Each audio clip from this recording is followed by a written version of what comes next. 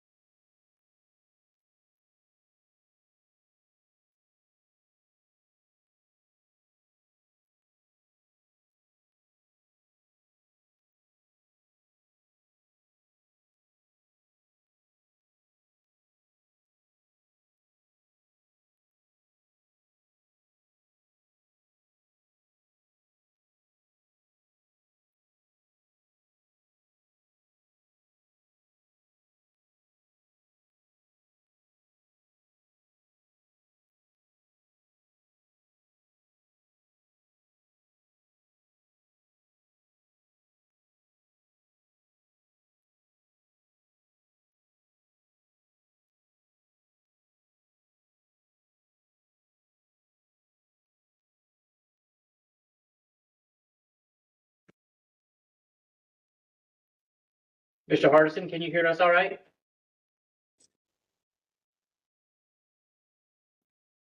Yes, sir, I can. Awesome. We're waiting on a few AC members that are running a little bit late. We'll get started in just a minute. Sounds good. Thank you.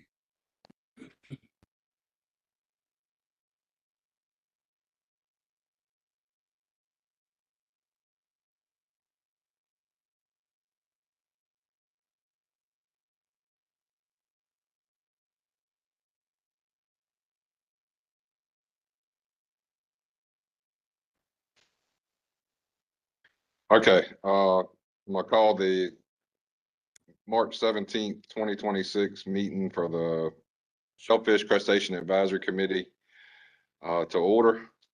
I'll read one caveat. I got to take care of first, and then we'll make a vote on the agenda and the minutes from the March 2025 meeting. So North Carolina General Statute 138A-15E mandates that at the beginning of any meeting of a board, the chair shall remind all members of their duty to avoid conflicts of interest under Chapter 138. The chair shall also inquire as to whether there is any known conflict of interest with respect to any matters coming before the board at the time. Okay, seeing none, I think we're good. Everybody online, we're good. Yep. Good. Looks like Mr. Willis joined us. Yep. Thank you for being here. First, I'm gonna take a vote on the agenda. I'll entertain a motion.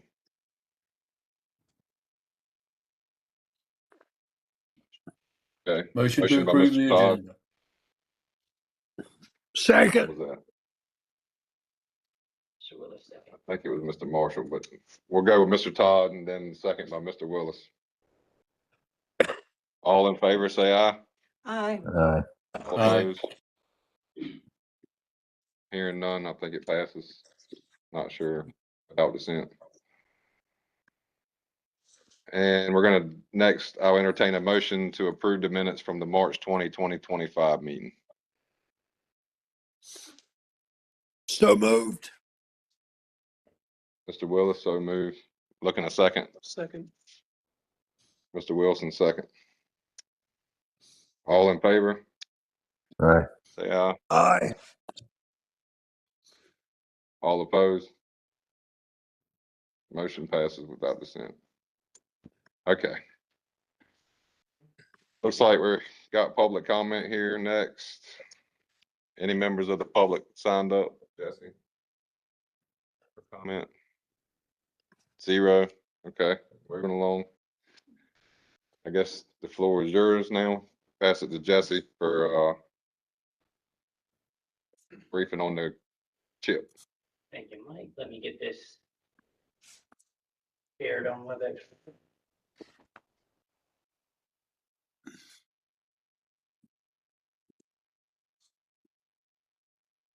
All right, so today I just want to provide a very, very basic overview of the 2026 edition of the Coastal Habitat Protection Plan, or CHIP as we call it, to the advisory committee tonight. I'm not the habitat expert at the division at all. So unfortunately, I actually won't be able to answer any of the questions that y'all have. But I can put you in contact with our CHIP expert at the division, the kind of leader of our CHIP team. That's Charlie Deaton. He's a fantastic resource. He'd be more than happy to answer any questions that y'all have. He'll actually also be giving a presentation tomorrow night here at the CDO to the Habitat and Water Quality Advisory Committee. That presentation will go into way more detail and have way more information than my quick overview will. So if you're interested in that, I suggest tuning into that meeting.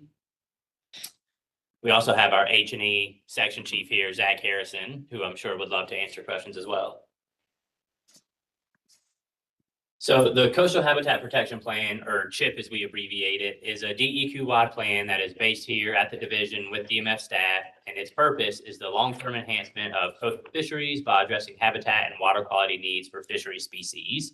The CHIP is a creation of the 1997 Fisheries Reform Act, which requires 5-year updates to the plan, and it tasks DEQ staff from the Division of Marine Fisheries, from the Division of Coastal Management, and from the Division of Water Resources to participate in the plan. Although typically we also include additional divisions and external partners.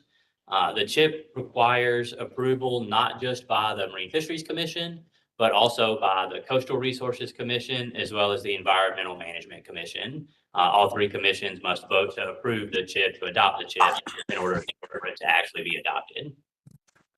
So we're currently in the very early part of the drafting process for the 2026 CHIP. The basic framework that I'll actually show today was developed through internal division scoping meetings and refined input from the CHIP team, as well as the CHIP steering committee. And the CHIP steering committee, if you're not familiar with it, is there are 2 representatives from each commission on that CHIP steering committee.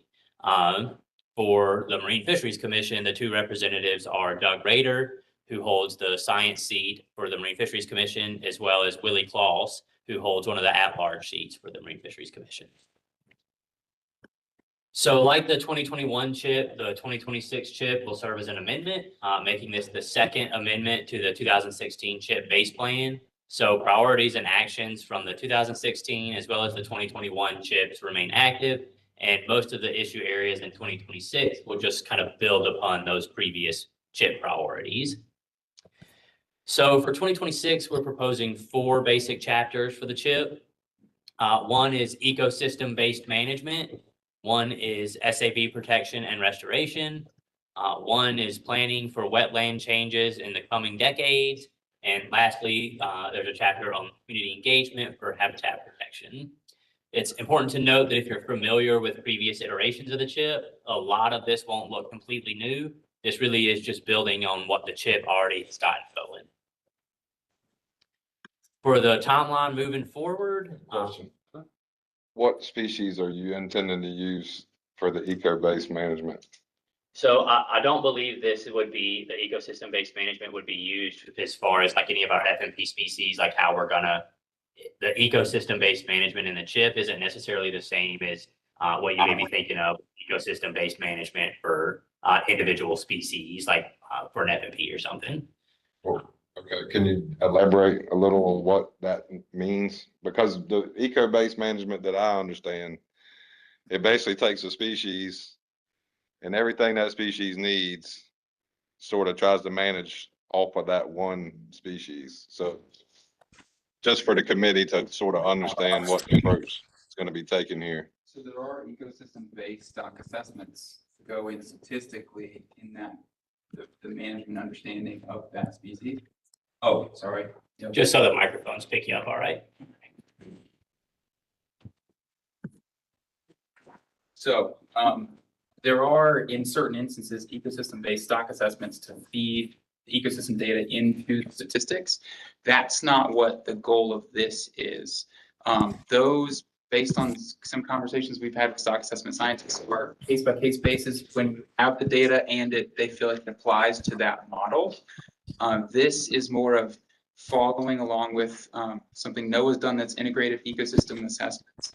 And some other states have done this where they are moving towards a holistic view and report, almost like a statewide report card on everything coastal, including fisheries and habitats and water quality and all those, to see out of all of these things, where are they landing, as like maybe overall health is kind of like a way to think about it, but we're not. That's where, if you look at Georgia and a few other places, have had like a report card type thing that shows the fisheries kind of good or bad. And so part of that was actually in the collaboratory study also, they did indicator analyses to see out of all of the possible indicators they could look at data-wise, what were things that were correlated to change in those that we could use to see heading that direction if we're trying to get a view of the entirety of kind of the coastal environment. What does that look like? So that's a long-winded way to say we're not trying to set up the framework to plug it directly into the statistics of one FMP, because that's a much more complex, Right. and we don't currently have the data available to do that. So even if we wanted to, we couldn't start that down that road yet. Right, because I mean, the word management is in there. And so I'm not sure if that's a misleading term here, like, because, you know, you're basing something on to manage, right? So the way I understand eco-based management is about, like you said, is taking all factors, building a model, you know, and it's centered around more or less one species, right? So, And I think that that's not our term, is the ecosystem-based management, but that management is more of like a management as a whole, as opposed to a specific fishery thing. gotcha. And hopefully that's something that we can make, like when we actually develop these issue papers and have the issue in front of the commission or talking to the public about it a little more, we'll have that, like the issue paper will actually contain enough information to make all of it clear.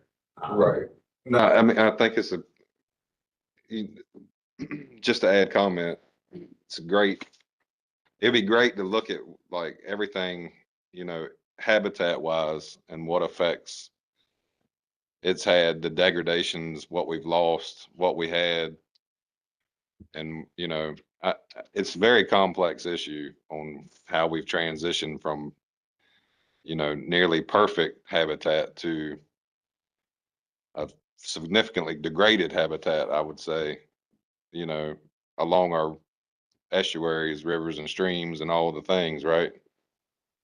So I think it's a huge undertaking if, you know, whoever's gonna try to undertake that, but I'm not sure there's any perfect way to approach it, and that probably needs a whole nother division just to figure it all out, but good luck Appreciate it. anyway. So for the timeline moving forward, division staff will be developing these 4 issue papers for each one of the chapters. And they'll be coordinating with partners across DEQ to do that. And they'll be discussing with the interagency CHIP team and the CHIP steering committee those 4 issue papers over the next few months. We're hoping to have a complete draft of the CHIP done by the summer. So the MFC at its August commission meeting could actually take that out for public comment after that meeting. And then in November, so November 2026 is when the Marine Fisheries Commission would actually vote on final adoption of the CHIP. You know, fingers crossed, that's the timeline we currently have. It is a tentative timeline, so that could change, but that's what we're shooting for, is November 2026. May I ask a question? I guess there are a couple of questions here. Is there some sort of report or evaluation of the progress on the 21 through 25 plan? You've said that you're carrying forward several things, but I don't know why you're carrying them forward and why they weren't accomplished already. So that's one question. Another question is, in these issue papers, what are the sources of data that you're including? Because you don't really have any data collection on there. You have some public comment at the very end. Aside from that, there's no real data collection. So you know that you have issues with comprehensive sets of data. What data will you be using to develop the issue paper? So those are the 2 questions. What's the report on the current plan, the outcome, and what data are you using for the issue paper development? For the specifics of the data for the issue paper development, I think Charlie Deaton would probably be the most appropriate person to answer that question. I don't want to provide any information to you that's not accurate. Well, what's your practice? What's the typical practice for an issue paper in the department? Well, for issue papers within the department, it's very variable depending on what the issue is. Like we do a broad range of different topics. So like if we were developing an issue paper about a specific species or a specific type of management that we were doing, what we would look at would be drastically different than something like the Coastal Habitat Protection Plan, where we're looking at something focused on habitat. And Zach, I'll turn it over to you. So to your the first question was data related, correct? Or the First question is, what's the status of your accomplishments from 2021 to 25? And how's that leading to this one? So we have, certainly we track implementations. We have implementation goals in the CHIP amendments, and then we track those implementation steps. One of the pieces that we've kind of learned from the 2021 CHIP, the reason why we're carrying over is a lot of that implementation was stuff that's not under our power to do. So for instance, within SAV and water quality from the 2021 CHIP, one of the pieces in that implementation was get a water quality, water clarity standard passed at the Environmental Management Commission. We don't control that. So while that is still being evaluated and potentially down the road, that's still an ongoing piece that is stuck kind of in our implementation. So that's a piece that we've looked at and tried to gear our implementation for this iteration of the CHIP. So let me just interrupt you. I would assume then that you've made some sort of analysis about the inclusion of something like that in your plan that's outside of your control. And so that you have some other way of dealing with that besides just carrying it over. It may still be outside of your control in the next 5 years. So will there be an analysis of that in the plan? An analysis of our plan. What are you going to do if, again, you're stymied? Exactly. And I think that's some of that is getting up on which is a little bit of your second question, getting up on more current literature and more current mapping and monitoring that's going on with SAV, for instance, to be able to further express where we are in the next steps, but also explore different routes that aren't just the EMC route from the previous implementation. So while we're pulling in SAV, it's also a further exploration of, we've got this going and we can't say for certain what the timeline is or if it's going to be successful because we're not on that commission. But in the meantime, we can also be exploring these other routes that lead to SAV addressing and protection. Okay, Which is kind of how we're pulling that in. The function of the chip works as basically the 2016 is the base document, and then 2021 is an amendment to that, and 2026 will also be amendment to that. So it's kind of additions to the existing 2016 document and that are adding on to it. And that's why it's almost inherently kind of building upon one another. So we are pulling those in to then further explore other routes. and so for people who make a decision, whoever votes on it at the end, they see the progress from each of these, from the initial one and the amendments. They have a document in front of them that talks about the progress so they can see over the years. I believe they get our basically implementation tracker along with that. Okay, At multiple steps, especially the steering committee, we go through each of those individual pieces Okay. and the actual team writing on it, certainly. Okay. And then to your second question, as far as the data goes, there is some data that's collected, whether it's our estuarine benthic habitat mapping program, which is primarily drone and it's ground truthing. There's some mapping and monitoring of SAV that's coordinated between us and primarily APNEP. And then sometimes UNC Wilmington that can be additional, but also the chip can generally functions also as reviewing everything pertinent to North Carolina of that topic. So an SAV portion of the chip may just be, or any portion could just be like more of a literature review of everything we know and then moving towards next steps based on the knowledge that's being collected from universities and otherwise. So it's not wholly dependent on our work. Another piece is that within that, we're looking at strategic habitat areas, and we validated one portion of the state with those, and now we're working on analysis using a lot of our fisheries management sampling to try and validate those strategic habitat areas. So we're using decades of data being collected to then validate those habitat areas and see, are they truly, based on the output of these sampling regimes, producing or more important areas for those fisheries. okay, thank you. Do you have anything to elaborate on the water quality standard discussion and how that's gone? I know around the chlorophyll A research up in the Albemarle was like the hot spot that a lot of research took place on the water quality standard. And there was some funding thrown at that, I don't know, several years ago. And so I haven't heard much detail back on what, or any follow-up really. And do you have anything to add around that discussion at all? I know that there was presentations at an EMC meeting, I believe last fall, that was, one of them was, I believe, DWR staff giving kind of the justification, and within their staff is I can't think of the acronym, but it's a group that's working on that particular standard. And they presented effectively what the utility of that standard could provide and why it'd be useful to, SAV and other pieces along those lines. Then that was the commission also brought up a group that was more on the private side that gave kind of the opposite opinion. And I believe that's kind of the last of it being, and opposite opinion, I just mean like potential effects of a water quality standard on things like development and otherwise. All right. To get both sides Gotcha. into account. So When was that meeting? Do you I have any idea? think it was fall of last year, but I'm not Fall sure. 25? One at the EMC meeting? Yes. Okay. And so I believe that was the last step, was two presentations back to back on that standard. And Right. through what we've talked with DWR staff, it tends to be kicked down the line because they're mostly addressing PFAS and big pieces. That's a lot of what EMC's been handling. So we haven't had a set date of it's going to come up at EMC at this point or otherwise. So did the EMC just have a presentation, or did they like table a motion, or? I believe it was just presentation. Okay. All right, thank you. And unless anybody has any other questions about the chip, oh, Lauren? Hey, sorry I was late. Zach, hi.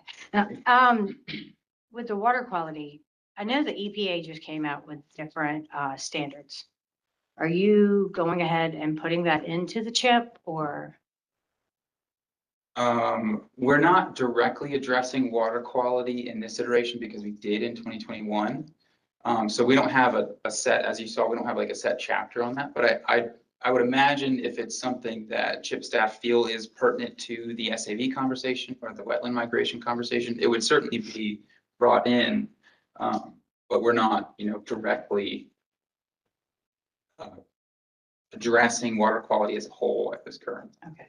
And also I just wanted to say, when your public comment comes, I've started having some doc update meetings. We've had a pretty good showing.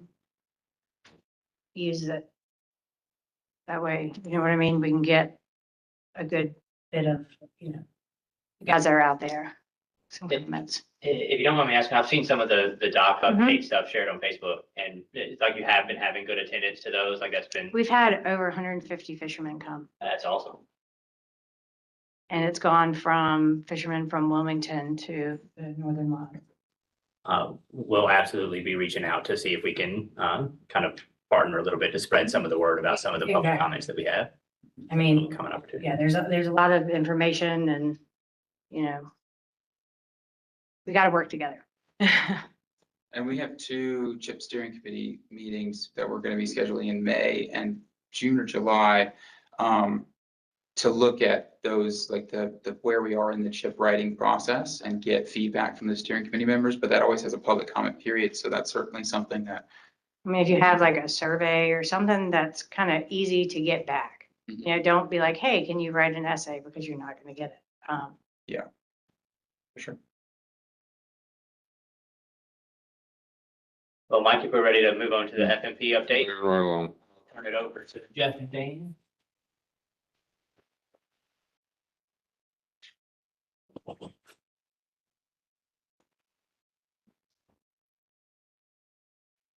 I think it might be helpful to wait till the end for this presentation for questions or comments, and then we can cycle slides. Try the best we can. Any questions you have, try to write them down so that you don't lose them. And Mike, I will let you know, Will texted and said he's running a few minutes late, but he should be here in a couple minutes. Okay. Okay. So good evening, everybody. My name is Dan Zaff. I'm one of the FMP coordinators based out of the Morehead City office. And with me today is Jeff Dobbs. He's the other FMP coordinator, also based out of Morehead City. So while part of our role is coordinating development of FMPs, that's not actually the entirety of our role as coordinators. Once an FMP is adopted by the commission, the work doesn't end. In reality, it's just beginning. Essentially, our role is to work closely with division species leads and other division staff to coordinate not only development of state FMPs, but also the implementation. So in other words, we help ensure management strategies adopted in FMPs are implemented, particularly when that implementation occurs over time. So tonight, we'll provide you an update on recently adopted FMPs with ongoing implementation and a status update for plans currently under review. And if you've listened to the MFC meetings from November 2025 and February of 2026, this information is very similar to what was presented at those meetings with a few updates to it. So we'll start the presentation by outlining the implementation of adopted management strategies for eastern oyster, hard clam, southern flounder, estuarine striped bass, and spotted sea trout. And then we'll finish with updates on southern flounder, red drum, and the kingfish's plans, which are currently under review. So I'll start off with our plans that are in the implementation step, and we'll begin with the Eastern Oyster FMP. So Amendment 5 to the Eastern Oyster FMP was adopted in May of last year. The plan selected a 3-tiered approach that balanced the value of oysters as both a fishery resource and a habitat for other species. The development of the deep water oyster recovery areas, or DORAs, prioritizes the habitat value of oysters. The updated culture-supported harvest strategy was designed to balance the fishery and habitat value of oysters, while rotational harvest sites prioritized the fishery value of the oysters. Since adoption, the division has been working to implement the strategies in the FMP. Sonar surveys were completed for the entirety of both Doras. Scuba surveys were completed in the Neuse River. Scuba monitoring will resume this spring to collect oyster densities within the Pamlico Dora.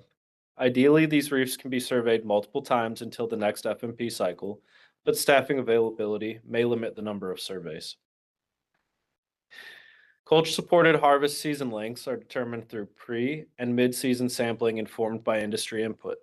Commercial fishermen helped identify sampling locations to ensure we were assessing areas actively used by the fleet.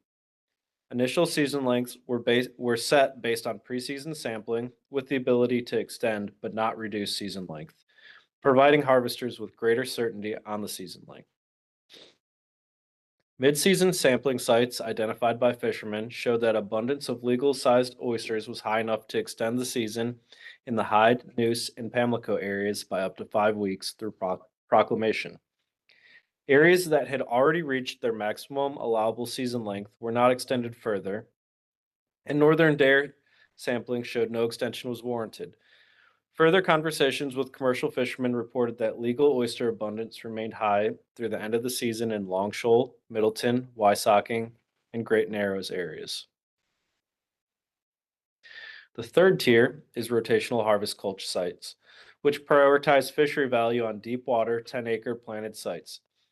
These rotational sites were established in proclamation and remained open for the entirety of the mechanical season, providing additional harvest opportunities while reinforcing the division's long-term culture planning investments.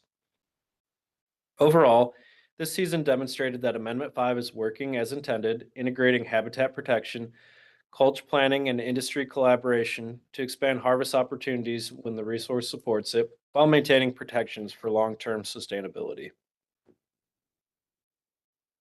As a reminder, Amendment 3 to the hard clam FMP was developed and adopted by the MFC at the same time as the oyster plan due to overlap in management. The plan implemented a 3-year phase out of the mechanical clam harvest fishery due to concerns over its negative effects on habitat, significant effort to enforce, and waning participation.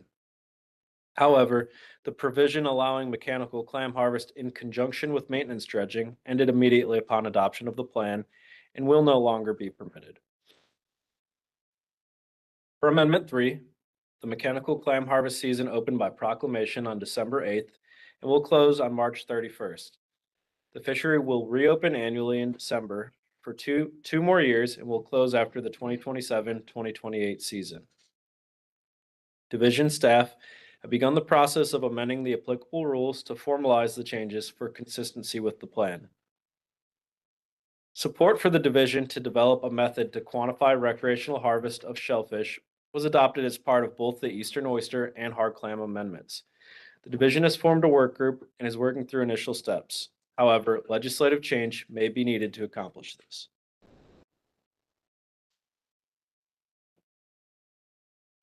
The division is in the process of implementing a portion of Amendment 4 to the Southern Flounder FMP.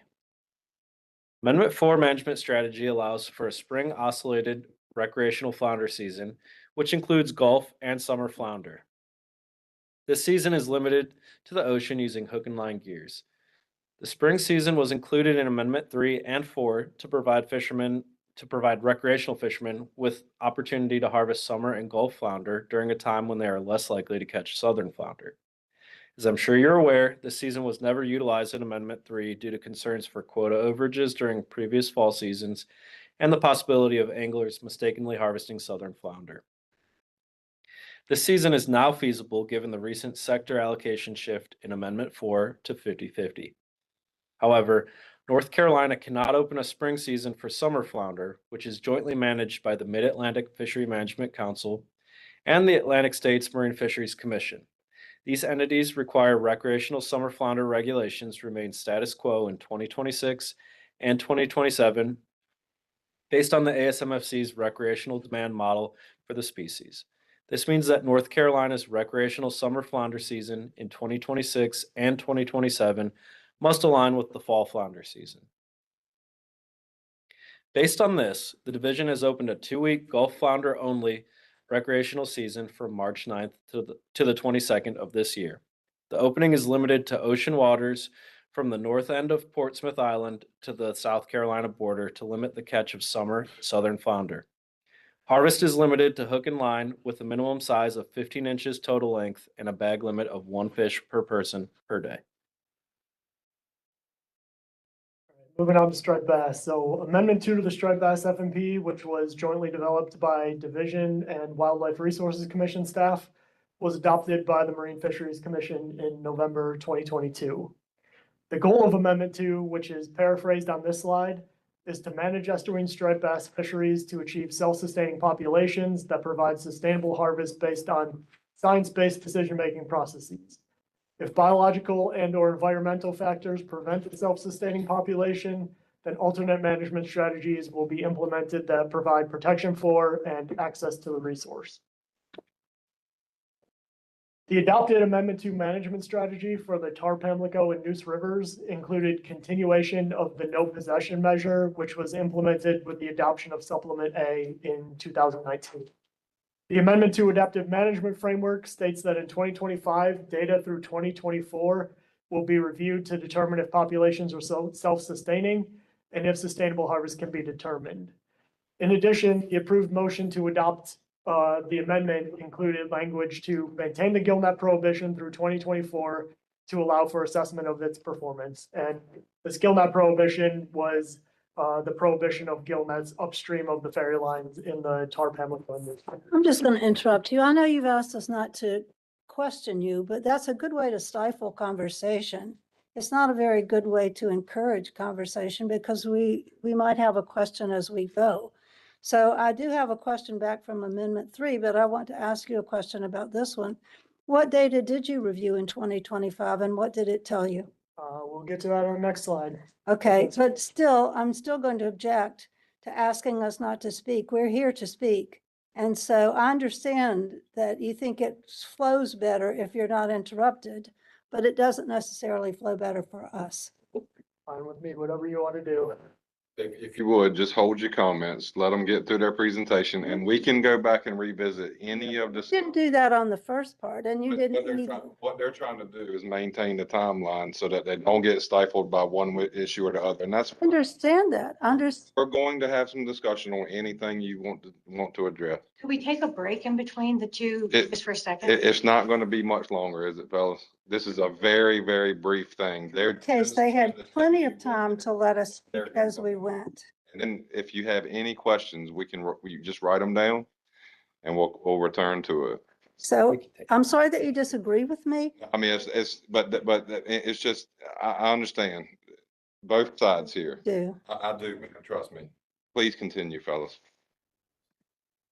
So getting back to the data review. So the data review prescribed by the Amendment to Adaptive Management Framework was completed and the Division Striped Bass League presented results to the MFC in August 2025. All of that information about the data review can be viewed on our website online. The report that was produced by the Division Striped Bass Leads is available there. And there's a lot of summary information and a recording of the presentation that is also available. But in short, the analysis concluded the harvest and gill net closures have been ineffective at increasing adult striped bass abundance, have been ineffective at expanding the age structure and promoting natural recruitment in the Tar Pamlico and Neuse Rivers striped bass stocks, and concluded that the Neuse and Tar Pamlico Rivers striped bass stocks are not currently sustainable. So consistent with the Amendment 2 goal and the Adaptive Management Framework, Division and WRC staff developed harvest management measures that provide protection for and access to the resource. In November 2025, the Division Striped Bass Leads presented information to the Marine Fisheries Commission about management changes that will occur for striped bass in the Tar Pamlico and Neuse Rivers in 2026. The changes, which will be implemented via DMF Proclamation Authority and WRC temporary rulemaking, will include only allowing recreational and commercial harvest upriver of the gill net distance from shorelines in the Tar Pamlico and Neuse Rivers, which are indicated by the blue lines on this map. And harvest will be allowed from April 1 to April 30th. The recreational and commercial possession limit will be 1 fish per person per day with a harvest slot of 18 to 22 inches or a fish greater than 27 inches total length. So moving on to spotted sea trout, Amendment 1 to the spotted sea trout FMP was adopted by the Commission in March 2025. Adopted recreational management included a 14 to 20 inch slot limit with an allowance for one fish over 26 inches and a 3 fish bag limit. Adopted commercial management included a Saturday to Sunday harvest closure from January to September and a Saturday to Monday harvest closure from October to December. This management is intended to reduce harvest and end overfishing of the spotted sea trout stock. Additional management included formalizing commercial stop net fishery management in the FMP and adopting the adaptive management framework with the caveat that adaptive management measures for sustainable harvest must be brought to the Commission for review prior to implementation. Amendment 1 management also extended the cold stun harvest closures by 50 days through June 30th and adopted the cold stun adaptive management framework. So at the May 2025 Marine Fisheries Commission meeting, our spotted sea trout biologist Lucas Penzinger provided details of a significant cold stun event that occurred in January 2025 prior to the adoption of Amendment 1. In response to the cold stun, the division issued a proclamation on January 22nd, 2025, closing the spotted sea trout fisheries through June 15th. With the adoption of Amendment 1 in March of 2025, the division issued a proclamation on April 8th, 2025, extending the closure through June 30th. After a delay of more than 3 months, the Wildlife Resources Commission followed suit and closed the spotted sea trout fishery in their jurisdiction from May 2nd through June 30th, using their temporary rulemaking process. And in accordance with Amendment 1 management, the fisheries reopened via proclamation on July 1st, 2025, at which time changes to the recreational size and bag limit and commercial closures were implemented. Once again, the Wildlife Resources Commission followed suit and implemented Amendment 1 management measures July 1st by temporary rule. And Amendment 1 stop net fishery management was incorporated in the proclamation when that fishery opened on October 15th, 2025. A significant cold stun event occurred again in late January, early February 2026, and the recreational and commercial fisheries were closed by proclamation on February 6, 2026. Per Amendment 1, they'll reopen on July 1st, 2026. The Wildlife Resources Commission has initiated temporary rulemaking to close spotted sea trout harvest in their jurisdiction, with the earliest effective date being April 6th. So that'll be a 2-month delay from when the fisheries were closed by the division. And the division spotted sea trout leads are going to provide the MFC updates about the 2025 and 2026 cold stun events and recommendations about the need for additional conservation measures as data becomes available. All right, I will now transition to discussing plans that are currently under review. So here's the FMP review schedule showing review of the southern flounder, red drum, and kingfish's FMPs are currently underway. As a reminder, Amendment 4 to the southern flounder FMP was adopted in August of 2025, and Amendment 5 is underway to further address the requests from the MFC. We'll now take a quick look at each of these 3 plans. Our first plan under review is southern flounder. The division is working to draft the southern flounder Amendment 5 now. Earlier this month, the DEQ Secretary approved broadening the scope of Amendment 5 to allow harvest levels to be changed in response to planned state-level stock assessments and interim indicator analyses. Solicitation for FMP Advisory Committee membership will occur later this month. It'll actually be next week, I believe. Next, the MFC chairman will appoint the AC from the list of the interested candidates. The FMP AC workshop is scheduled to occur over 3 days in early June, where the advisory committee will review and provide input on content and management options included in Draft Amendment 5. The division will then work to incorporate the AC input into a second draft, and this draft will be brought to the MFC at their November 2026 business meeting to approve it for public and AC comment, with final adoption scheduled for May of 2027. Just as a quick side note, Charlton Godwin has replaced Holly White as a co-lead for this for this plan.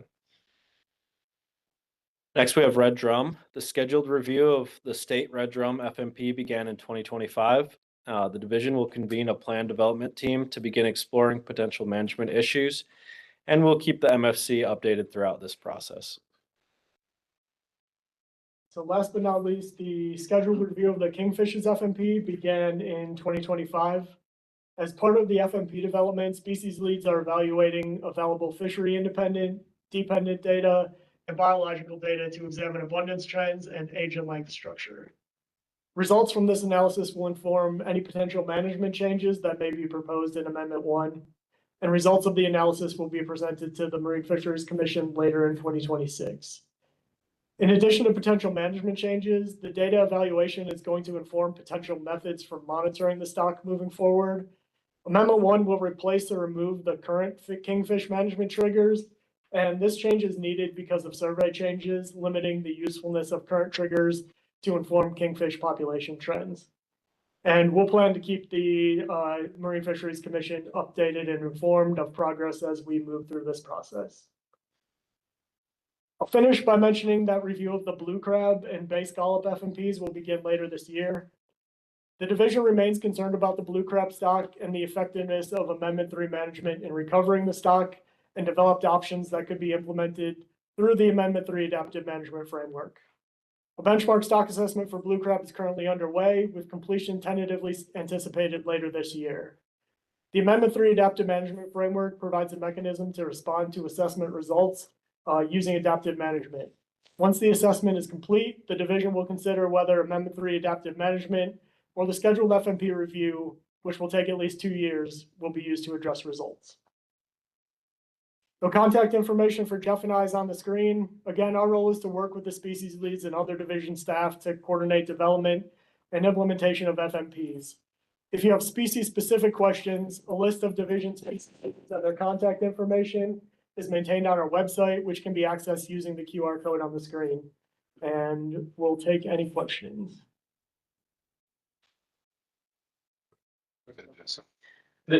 Ms. Hammond, I completely understand your concern about kind of waiting until the end to ask questions. I do want to quickly just say that the Marine Fisheries Commission, Sammy Corbett, is the one that kind of wanted to get the advisory committees together to kind of go over the upcoming FMPs, the FMPs we were currently working on, and really give the advisory committees the opportunity to provide input on those plans early in the process to make sure that the advisory committee, that the Marine Fisheries Commission and the division get to hear input from the ACs as early in the process as possible. And we really wanted to get through this presentation all the way through so the advisory committee members actually could kind of, as an advisory committee, determine what they wanted to focus their time on rather than stopping in the middle after the first or second thing that we brought up. I understand completely what you're saying, and I'm not sure you understood what I'm saying, but you don't have to explain that again. I understand it. I disagree with it. And I don't think it's the best way to generate conversation. Moreover, did you send out these presentations ahead of time? If you wanted us to be informed enough to give a response, we should have had a chance to see it. And perhaps you did and I missed it. And that would be my fault. I will say, we announced these meetings, we did send a link to this presentation that was given, or a very, very similar presentation that was given at the February commission meeting. So the email kind of let people know about this meeting did have a link to this FMP update presentation. I'd like to add a thing here. I'm not really sure. So- Just let me finish this. Just show me where that is on this email. I'm finishing up with this. I'm running this meeting right now. I'm the chair. And so you can't take this meeting over and have it be your way. To be a member at all. And you can call me Dr. Hammond, or you can call me Miss Hammond, or you can call me Sue. However you want to act. And you did. Either Not call me. Either sit down and listen for a second, or you're welcome to leave. Thank you. I'd like to address the committee real quick. It is not the responsibility of the division to educate every one of y'all right now. The commission meets every 3 months. You can either attend that meeting virtually or in person, but you're here to advise that commission in a way and it's your responsibility to educate yourselves prior to these meetings. Jesse is a wealth of knowledge. You can call him anytime. And if you need pointed in the right direction or to help understand something prior to you coming here, I know Jesse would do all he could to get y'all up to speed. But to wait until the day of the meeting to come in here and to question just as this lady has done tonight, I don't agree with. So that's just my 2 cents on being a committee member and being a good committee member versus being a bad committee member. I'm sorry that had to happen this evening, but I can't let that dictate, one person dictate how this committee is going to get through this meeting tonight. I wish she'd have stayed and just listened for a minute. She wouldn't give nobody the time of day to hear this out. I was going back to every issue and asking, okay, what do you have questions about on oysters? What do you have questions about on clams, flounders, striped bass, speckled trout, right on down the list? And I was going to give everybody ample time and to say their piece, and I always have. So I'm sorry if y'all feel like I disrespected this lady. I did the best I could just to keep the peace. But how I expect the committee members to come in here is more educated than what she is tonight. And so if y'all could do me and that commission a favor by doing that, it would be greatly appreciated. Okay, May I ask one thing though? sure. In between the different species, if you would just take like 2 seconds so we can finish writing down our questions and then move on, I think that would help. Constructive criticism. Yeah. Okay. I want to work towards let's do it. But here's the thing. They've given this presentation, what, 4 times now? This is the 5th night, gonna give it again, maybe? I don't know. You know, so they're just kind of on repeat. And so I get where the division's at and I get where the committee's at. And so there's got to be a happy medium here, and you got to kind of understand where they are and where we're at. And so if you could, in the future, just make sure that they're ready to move on. Yeah, and we can go back through the presentations if you needed any. That's what my intentions were, to kind of go back. Okay, where are we at on oysters? And can you roll back to the oysters real quick and just put that back on the screen? We asked you about oysters back there. Please. Um,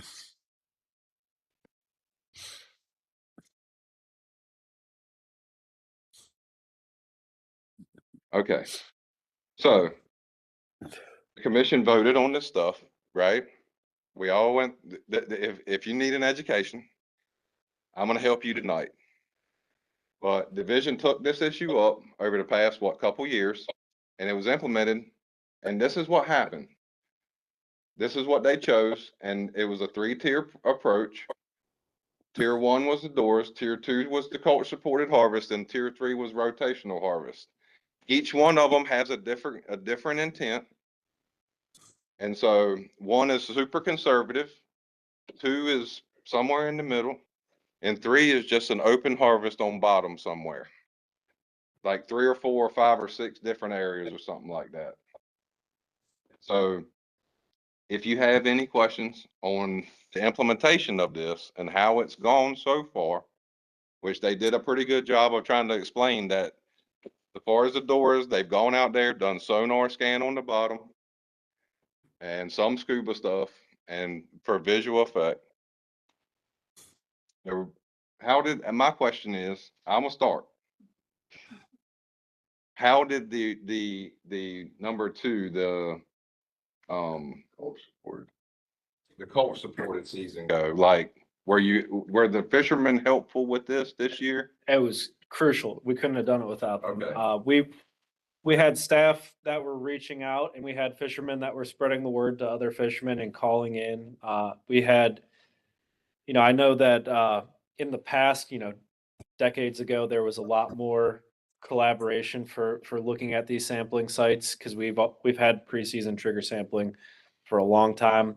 We just tried to change this so that we couldn't shorten the season because it give people a better understanding and a more solid season to work with. They know that it's not going to be any shorter than a set length at the beginning, but we've really seen that collaboration starting to come back. Fishermen they understand now that this is the way that we get that season is to know where the oysters are, and that mid-season opportunity. We understand prior to the season, you're not necessarily going to know until you drag a dredge on it. That's why we have that mid-season sampling that can extend but not shorten the season. And we had a lot of input mid-season as well, and due to that, we were able to extend in every area that we could except for Dare County. So through collaboration, we were able to get that season as long as we could. Good. Any questions on oysters? And how about, are you monitoring my people online for me here? I got it. If you're online and you got a question, either try to speak out or like there's a raise your hand button, which is kind of confusing if you're not familiar with the software. I've got a question online Right, here. just state your name for us so that we know who's speaking. Sure. Judd Watkins, Advisory Committee member, longtime oysterman. I saw or I heard someone comment that there may need to be legislative change for the surveying of recreational users. And just a simple recommendation, but happen to be a big fan of the North Carolina Wildlife Resources annual survey and how simple they've made that online over the last few years. Questions about migratory waterfowl, big game harvest, et cetera, et cetera. I thought that might be a possibility for DMF to either collaborate or copy a model from the Wildlife Resources Commission. Yeah, that is something we've done to some extent. We had a survey that went out to cruffle holders that indicated that they harvested shellfish. What we're trying to do here is to quantify the universe of possible recreational harvesters. And we know that everybody with a cruffle license doesn't harvest shellfish, but we also know that people without a cruffle license harvest shellfish because it's not required, which makes us, we don't know the total universe, so we can't extrapolate our survey results to give us a harvest number. In order to do that, we either need to make a license or a permit or an endorsement that people would have to opt into in order for us to track who exactly is recreationally harvesting. But the survey idea is great. We've used that to an extent, but the limitation is we don't know the total universe, so we can't really expand those landings out to anything reliable. But that's, the surveys are great, and I agree with you. What WRC has is very helpful. Thank you for the feedback. A quick question about the monitoring of the DORAs. I know we went through this, or when this came up last year. I know if the first bullet point mentions the first round of bottom mapping was completed, is that going to be an annual thing, or is there a plan for, I guess, how many rounds there's going to be of that? We have the guru for it here. Bennett Paradis is. Yep. So the plan was to do kind of an initial baseline of the DORAs with the side scan sonar, and then prior to the plan going up for review. Part of that is we're a little limited with our equipment and our staff time. We're monitoring the DORAs with the side scan sonars as well. We're monitoring the rotational sites. So there's a lot of different reefs that are being monitored by the sonar equipment. Also, it's aging and there's limited fund to keep that going. So there's a lot of realistic limitations to how frequently we can scan the full extent of the DORAs. Got it. Thank you. Are you utilizing, I'm sorry, are you utilizing any of the marine labs with the scanning and what they're doing? Are you talking about like NOAA and CMAST? The Duke Lab and the UNC? No. To my knowledge, we have the most comprehensive side scan sonar equipment. But I could be wrong with that. I was thinking staffing. If Sure. there's issues and you're looking for knowledgeable I mean, I understand we can't make money appear out of nowhere. So let's try to find a fix for the problems, and college kids are kind of, It's a good idea.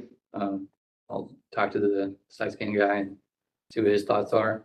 So he does a lot of outreach with universities. So if that's a way that we could maybe extend the time we have out on the water, that's a possibility. Again, it's tech like any other tech. So sometimes it's finicky. And so when you're out on the water, sometimes the day that would have been great to survey gets nixed because that equipment doesn't cooperate. And then we're also limited by the cooperation with the weather. Can you elaborate? How long does it take? What's a typical day look like to go out there and do a little survey? And Sure. It does. sorry, I'm gonna try to add to the question. Like, are you sampling the entirety of the area, or just a sub sample here and a sub sample there? So in regards to the Doras, we're focusing on the historic natural oyster bed or reef. So we have those mapped out from previous. So you have an area that you're going to focus on initially. Yeah, so we'll measure those and we go out and scan those in clusters. Okay. So we get the full extent. The coworker who has done this scanning has done a very comprehensive job of the oyster beds that are in both the Noose and Pamlico Doras.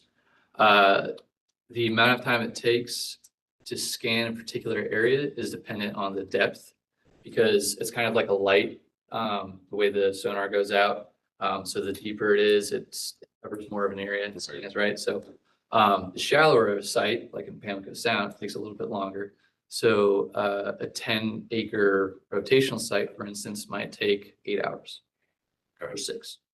Somewhere in this line. 8 hours or so for 10 acres of work, right? Roundabout. Roughly. Gotcha. Go ahead, Mr. Service. Thanks, Mike. Ben, are you guys putting those data together? Or are you gonna issue a report, or is there something we can look at? And I have to admit, I have trouble using the side scan on my boat, and I'm not very good at reading them. I'm just wondering, when might we hear like what you guys are finding? Yeah, we have a report that was generated this winter, and so I can share that with you all if you would like. Love to see it. I've got one on the sonar, and then I also have one on the scuba. The scuba survey report mostly focuses on sanctuary work that we've been doing, so the monitoring that occurs with that. But you can kind of use that as somewhat of a baseline to compare to the Doras. Did you dive? You haven't dived on the Doras? I've gone diving in the news Dora. And so kind of a summary of the side scan report. On average, there was about 1.39 feet of relief throughout the entire Doris, Noose, and Pamlico combined. And then with the diving, where we collected some oyster samples, out of 20 sites that we visited, there was one outlier that had 496 market-sized oysters per square meter, and then the other 19 had an average of 6. So there's quite a bit of variability. Obviously, some hotspots throughout the Doras, but we'll continue to do our surveys. Didn't I read that the Doras those areas really haven't been fished significantly since 2018?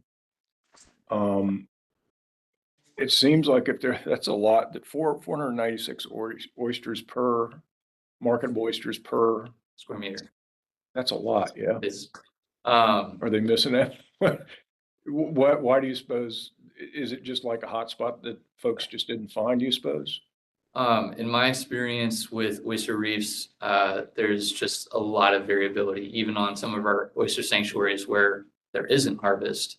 You might have some parts of a reef where there's incredibly low density of oysters, and some at the crest of a reef where there's incredibly high oyster density. Now, as far as, have those Doras been fished? I don't know if I'm answering a loaded question here, but like, we don't necessarily have the precise harvest data of where in Pamlico Sound dredging has occurred. I'm trying, the sentence I read it just day before yesterday. I think it said something like there hasn't been, maybe there was a qualifier that hadn't been significant fishing effort on the doors. God, I didn't mean to hit you with a loaded question, but let me ask, what was the highest relief you saw? I think you said 1.39 feet that's a mean, like a Yeah. mean of the? What That was the highest relief you the saw? average. I'd have to look back at the report to find the highest. I believe it was in the Pamlico Dora though. Probably closer to 5 feet. If I had to throw a number out. Does that surprise you? Is that higher than you guys expected to see? I would like to go and check out that particular reef, get my eyes in the water. Yeah. So for some of most of the reefs that I went diving on, there is a little bit of relief, but it's basically a layer of mud caked over the remnants of oysters that are just pale white underneath that. So there is a little bit of relief, but those are my observations. I'd love to hear more about that or see the reports if possible. Even maybe a presentation at the next meeting, possibly about it. If there's that much data there, I don't know. Okay.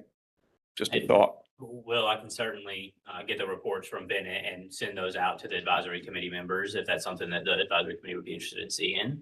And we can absolutely discuss more about doing some sort of presentation maybe on that if that's something that we can do. Are you using commercial fishermen to identify these sites that you're going to?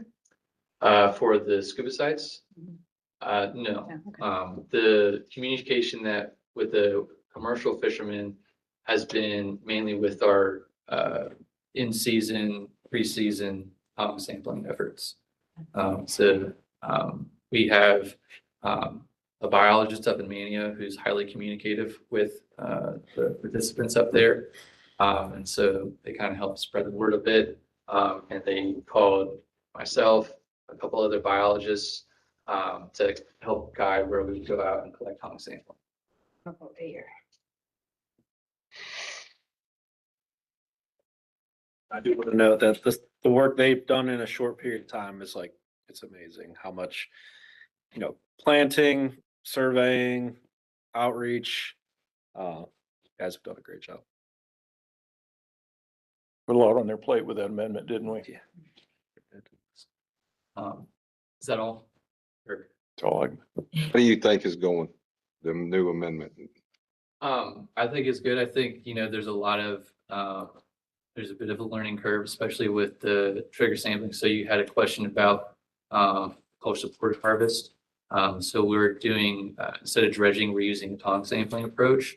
The intention with that is to collect standardized samples of oysters. And hopefully that can help build a data set that might assist with stock assessment in the future.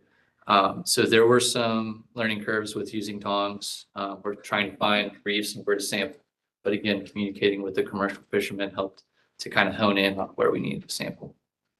Right, gotcha. So do you feel like that the management that we put in place recently is going to be fairly effective moving forward with the collaboration with the fishermen and the rotational sites? Like economically, did they use the rotational sites? That's something we're gonna. I mean, was there a mechanism that you had that would determine where the harvest was, going to occur from? I suppose we could look at harvest data after a certain date where that management area might have closed and kind of look to gauge how many oysters or how many bushels were harvested beyond that date. And those would then come from the rotational sites. So until those numbers are reported and when the season closes, then we can kind of get an idea. Because I know, and I'm going to make this statement, before the oyster FMP before this FMP sort of really narrowed a lot of the guys, especially in the northern part of the state, it really limited them to like a short period of time, and they didn't get a lot of time to oyster. And so I was hoping that this one with the 3-tiered approach would sort of allow that harvest to get spread out a lot more and for it to be a little more economically viable for the fishery overall, while having some conservation effort in there with the Dora, while having some, you know, rotational stuff and coach supported. So anyway, it's good to hear that there's some positivity, it seems like, that's come from the amendment. And it seemed to me that the rotational culture, there was a lot of optimism about rotational culture planning and the success that that might have. And that's going to take a few years to figure out how that, it's going to take a while to figure out how that works and how well it works, won't it?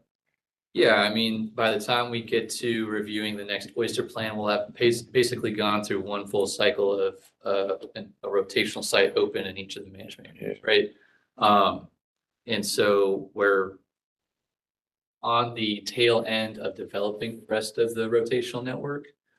So at the moment, I want to say we have 18 rotational sites. By the end of 2026, we'll have 22 or 23 completed.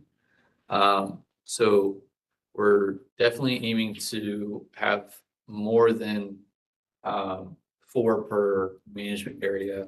And again, that's to allow for the rotational sites to mature, recover over time, and then also just allow for other areas for extended harvest. So as that program grows, I think you'll have less pressure on the natural reefs, and potentially more economic opportunity for people that who are participating in the can fishery. Thank you. Any more questions?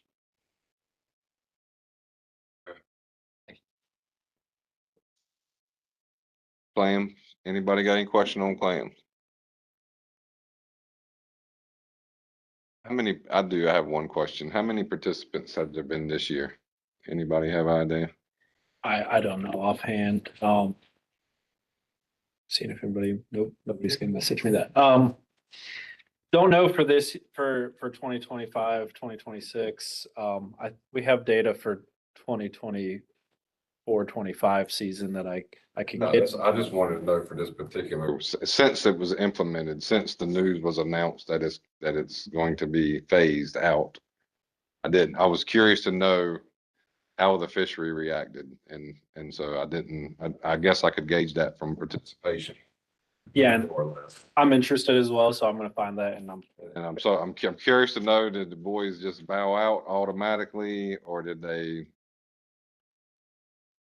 fix all their stuff and bring it all out there and try to harvest some? You know, Like mechanical harvest. yeah, just the clam dredge fishery there. And Mike, like kind of Jeff said, we can absolutely get you that information. Yeah, it's fine. I can just, unless the entirety of the committee is curious to know the same thing, I can just see you in May and ask you again if. I can just send it to you. You can also just call him. He's great to talk to. Yeah, I'm crabbing, bud. So, okay, I don't think there's big hoopla on clams right here, is it? Okay. All right, flounder. So there was 2 things for flounder. The Amendment 4 implementation allowed this Gulf season, which I had a question about, and I'm not sure that Jesse will have an answer. And then we have Amendment 5, which is being developed, which is probably a good time now to share some of your thoughts on Amendment 5, maybe. But first, and if nobody else has an immediate pressing question on this, how do you feel like the Gulf season's going? And do you have any indicators? Because I know you have a reporting tool, but that's only for southern flounder? So the mandatory harvest reporting tool actually is for all species of flounder. All species of flounder. Okay, that was my question. And were you getting any decent reporting from that? So I actually just looked at kind of that data dashboard earlier today, and we haven't had very much participation in reporting since the season opened on March 9th. I think we'd only had somewhere around 20 reports total since then. And none of those reported flounder harvest, like any flounder harvest at all. It is important to note that the weather has been pretty poor. Sure. For the majority of this season so far. I think there was a couple of days in the beginning where it wasn't horrible. And Jeff or Dan, if either one of y'all would like to speak more about the kind of what we've seen so far with Gulf flounder season, I'm happy to, or I'm happy to turn it over to y'all. I don't want. No, yeah, that's fine. I think it's the water's cold for this time of year, which means that if there's fish, they're either probably going to be slow to eat or they're going to be further offshore. That combined with the weather and the one fish bag, I don't think there's been a ton of effort. Marine Patrol hasn't seen a bunch. Our ABA samplers haven't seen a ton of effort. So it seems pretty minimal from what we know. Obviously, we won't know the MRIP results until next year. But it seems like the effort is pretty low and it seems to be just sort of incidental to black sea bass catch. We've heard of some fish caught on head boats. Haven't really talked to any private boat anglers that have had success, but we have had a ton of intercepts. So with a follow-up question, because Amendment 4 was about getting a little more access for recreational users, right? That was sort of the goal of it. And so you gave a season, right? March 9th through 22nd. And so I would hope that season wouldn't stay static to those dates, knowing that you had minimal effort during that time frame and that you could possibly reconsider dates later where the water temperature warmed up, give them move it a week or two next year so that they may have a chance to go out and harvest while the weather tries to get itself together enough to be able to have those fish available. Absolutely. Amendment 3, we were constantly in this payback mode. We were over every year. Since the reallocation to 50-50, there was a little bit more fish available for the recreational side. That gives us a little bit more, it gives us less heartburn to have this spring season because we have more fish to work with for the year. So we want to make sure there's a fall season. That's the important part. Sure. That's what we've always tried to ensure. The spring season, we said, okay, we can give this a try. We didn't want to jump in and do the entire time period. And it turns out that we're harvesting a lot of southern flounder and we have, but absolutely we're learning. This is painful for both us and the fishermen. You can't control the weather, but it was exceptionally cold leading up to this open season, which you can't predict, but it looks like, later in the season might be a more appropriate. I mean, March to 15th, maybe, where, next year you say, well, we'll just move it 1 week and just see if we can get any better results out of that. Because I hate to hear that the season's going to close on the 22nd. We're 7 days away from. You've seen nothing reported app-wise, and I would assume that somebody, if they found some fish and were able to harvest some, would tell their buddy, hey, we harvested a few of these flounders offshore. And you would see some sort of trend, I would hope, to where some reporting would come in. Would it be 100% reporting? You don't know that, right? But, it's just, to me, it's like, Amendment 4 didn't mean anything, really, if we don't achieve some harvest of fish in the spring season, right? Well, Amendment 4 will still have given a larger allocation to the recreational side, which without having moved that, we would have definitely gone way over last year. I'm not trying to take away from that point. What I'm saying is more access was its intention, right? And so if you're going to give a spring season, my concern is to allow some harvest in that spring season and not give them a window for them to fail or just to chase after a ghost that, is not quite there yet, right? And so that was my point of asking these questions, to sort of point out that it's great to have a season with open dates on it, but if you can't harvest during those because of cold water temperatures and weather pattern that might be really windy, that doesn't allow some people to get out, then maybe consider moving those dates a little bit to try to allow for some successful harvest here. Yeah, Mike, I think that's a great point. The management under Amendment 3 and Amendment 4 does, we are somewhat constrained in the time we can actually allow that Gulf or summer flounder harvest in the ocean in the spring. We can't go past, I believe it's September 15th, not September, April 15th. And one of the things that we have to like take into account when we're determining this is as the water warms up and fish move closer inshore, there's, more ability for the people to access them, which is great. That's what we want. We want people to be able to harvest those, in this case, Gulf flounder. But at that same time, as flounder become more available, unfortunately, more and more southern flounder tend to get mixed in with that catch as well. So one of the things that we're trying to limit when we determine what these, or when we pick these season dates, is what can allow the most access, the most like real access where people can go out there and harvest these Gulf flounder without being too detrimental to the southern flounder population, or catching so much that it might affect any other fall season for southern flounder. And I think you're exactly right. Like what we have to do is this first year is kind of a learning experience. We set the season early in March to mid-March, and we saw that water was a little bit too cold. And talking to people before the season, like after we announced the season, but before it opened, it sounded like a lot of people kind of were like one flounder when they're out there 10 to 15 miles offshore. It's not enough to get us to go out there and actually target them. So something that we really want to keep in mind when we're setting these season is if people aren't going to go out there and just target that one flounder, what other things are available that they could be targeting at the same time that they might be able to double up on a trip for. So all of that we'll take into account next year when we're thinking about what that potential Gulf flounder season will be in the spring. And we do have the ability to, like Jeff said, kind of extend it further into April. And hopefully that does allow like real access for people where they can go harvest them, which we haven't seen this year. Like it's very, very few flounder. It's like, even if you look at Facebook, I haven't seen any Facebook. I've seen nothing. I've seen no trace of it.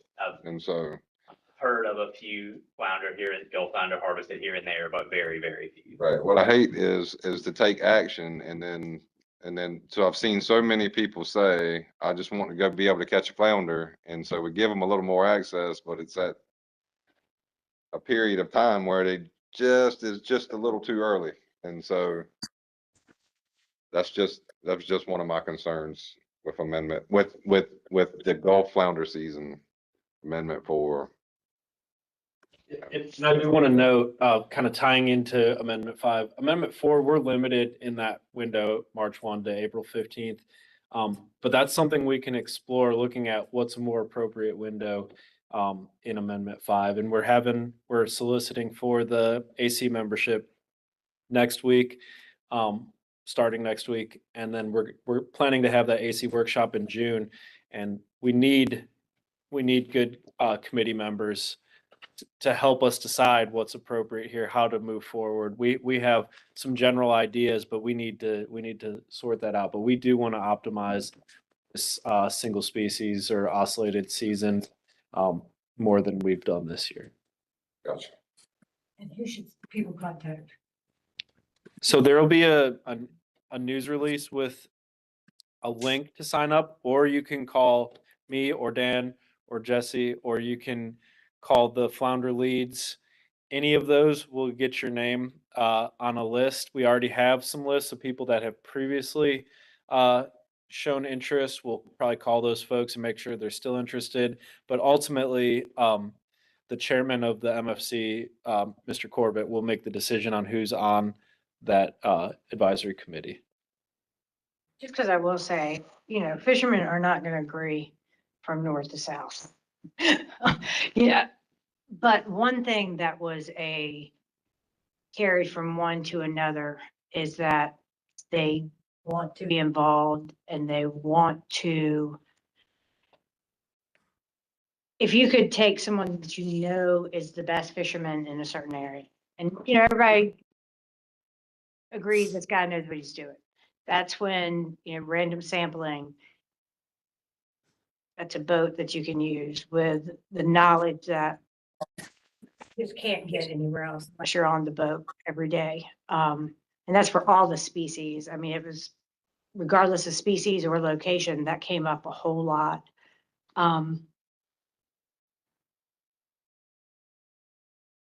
When you're looking at Amendment 5, are you looking at things that limited you and held your hand on Amendment 4 to try to see if we can put a little bit of logic back into it? You're saying for, Like your season here. Yeah. You had 15 days.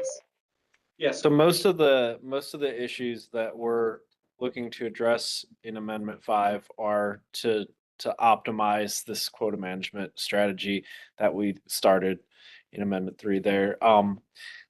But yeah, a lot of the topics that we've identified, the division has identified or heard from the public are sort of reworking previous issues that we've covered in Amendment 3. We definitely have some lessons learned, and we're going to try to improve on that. And hearing from the public, we already had scoping. How did that go? It was not as well attended as we hoped, but we got good feedback from the folks that did attend. Can I add, Jeff, real quick, just based on what I've sort of went through with Amendment 3, because I was kind of involved in the whole thing. And so what the heartburn with Amendment 3 was that we had to take such drastic reduction measures that it was and it was a completely new way of the division having to quota monitor on the recreational side as well, using, data from MRIP, which is, short little seasons and stuff is not a very good way to use MRIP, right? And so, there was a lot of heartburn on that side of the recreational crowd not getting a season sometimes, and how many fish per season, per day, per season, and all these things. And so, there was a lot of learning that had to go on what the flounder catch was going to look like moving forward from implementation of Amendment 3. And so, I think they've learned, right, some things, right? They might not be completely, have all the right answers, but I'm hoping there's some progress in the indicators that say that the stock looks a little better than it did before. Yeah, if you remember, Matt Damiano, our stock assessment scientist, gave a presentation at the November MFC meeting where he went over just as a pulse check is what he was calling it. We did he ran an indicator analysis, which basically we looked at what our fishery independent surveys are showing. We also looked at the age structure within the stock in North Carolina, and what we saw was some modest gains in both age structure and biomass. And what his takeaway was that we're on the right track. We're moving forward. Obviously, an indicator analysis is not a stock assessment. We can't say it's rebuilt or almost rebuilt, or all we can say is that since the adoption of Amendment 2, Amendment 3, and then Amendment 4, we've seen some modest gains. So we're moving in the right direction. We're hoping to have a state level stock assessment by the end of next year that we can then use to inform our harvest levels for subsequent years. And so just to continue on, and they presented on this for Amendment 5 as so the commission asked the secretary, I believe, to allow, or correct me if I'm wrong here, the division, I think I remember the commission asking. I think there was support from the commission, but the division was the official asker of the secretary for a broadening of the scope of Amendment 5 to allow us to not be tied to the 2017 terminal year stock assessment, or to have to wait on another coastwide. It was basically to allow us to use other means, which in this case is an indicator analysis that is informed by a state level stock assessment. So once we get that state level stock assessment, which requires more effort and time to produce, then we can use that to inform the indicator analysis and do that more frequently to update the numbers. So we're not waiting 8 years to find out what the stock response has been to manage. Something that came up a bit on this is when, and these are just, discussions. When you're looking at seasons, and I understand if we go over our quota, then we have to pay it back next year, all of that. However, it's really hard for guys to set when they don't know how long. I know 442 had bad, but it also kind of had some good about that minimum season time. Are you taking that into effect with management? So until we have a new stock assessment, that's the best available data that we have. Now, adoption is tentatively May of next year for the plan.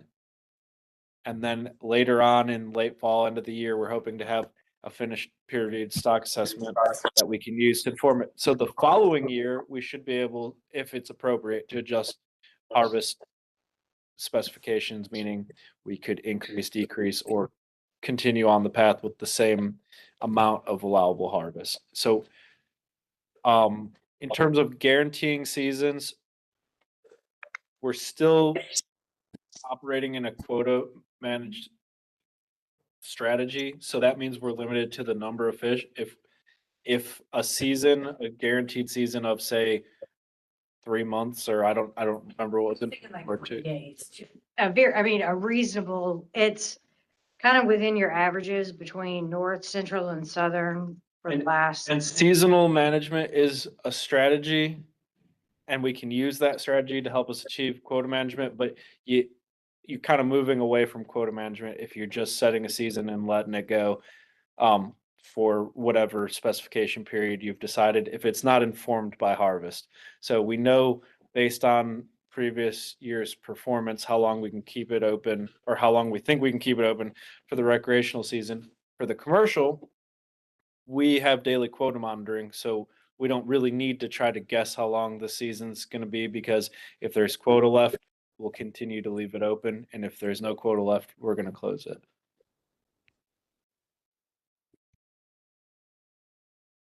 Can I ask a quick question? Quick question. How much did the 50% probability of success statute play into having to do those really drastic cuts?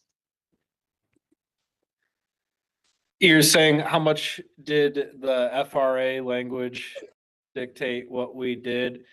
So we're legally required, not just the division, the commission is required to have a rebuild. We need to end overfishing in 2 years and rebuild the stock, the SSB, to at least the threshold within 10 years.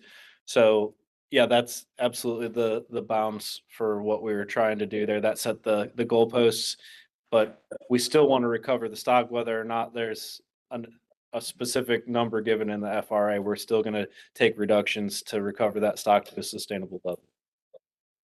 Yeah, I mean, that's, as you know, as a commission member, you're bound to the data that's given to you.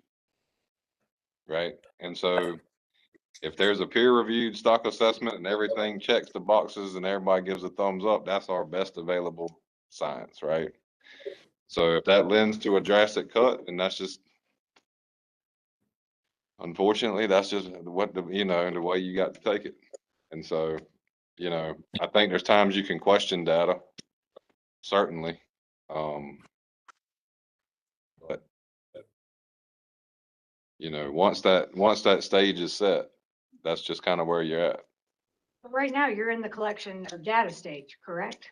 We're always collecting data. But we heard on the oysters that the collaboration between the fishermen and the scientists are yielding good results. You've gotten a lot done in a little town.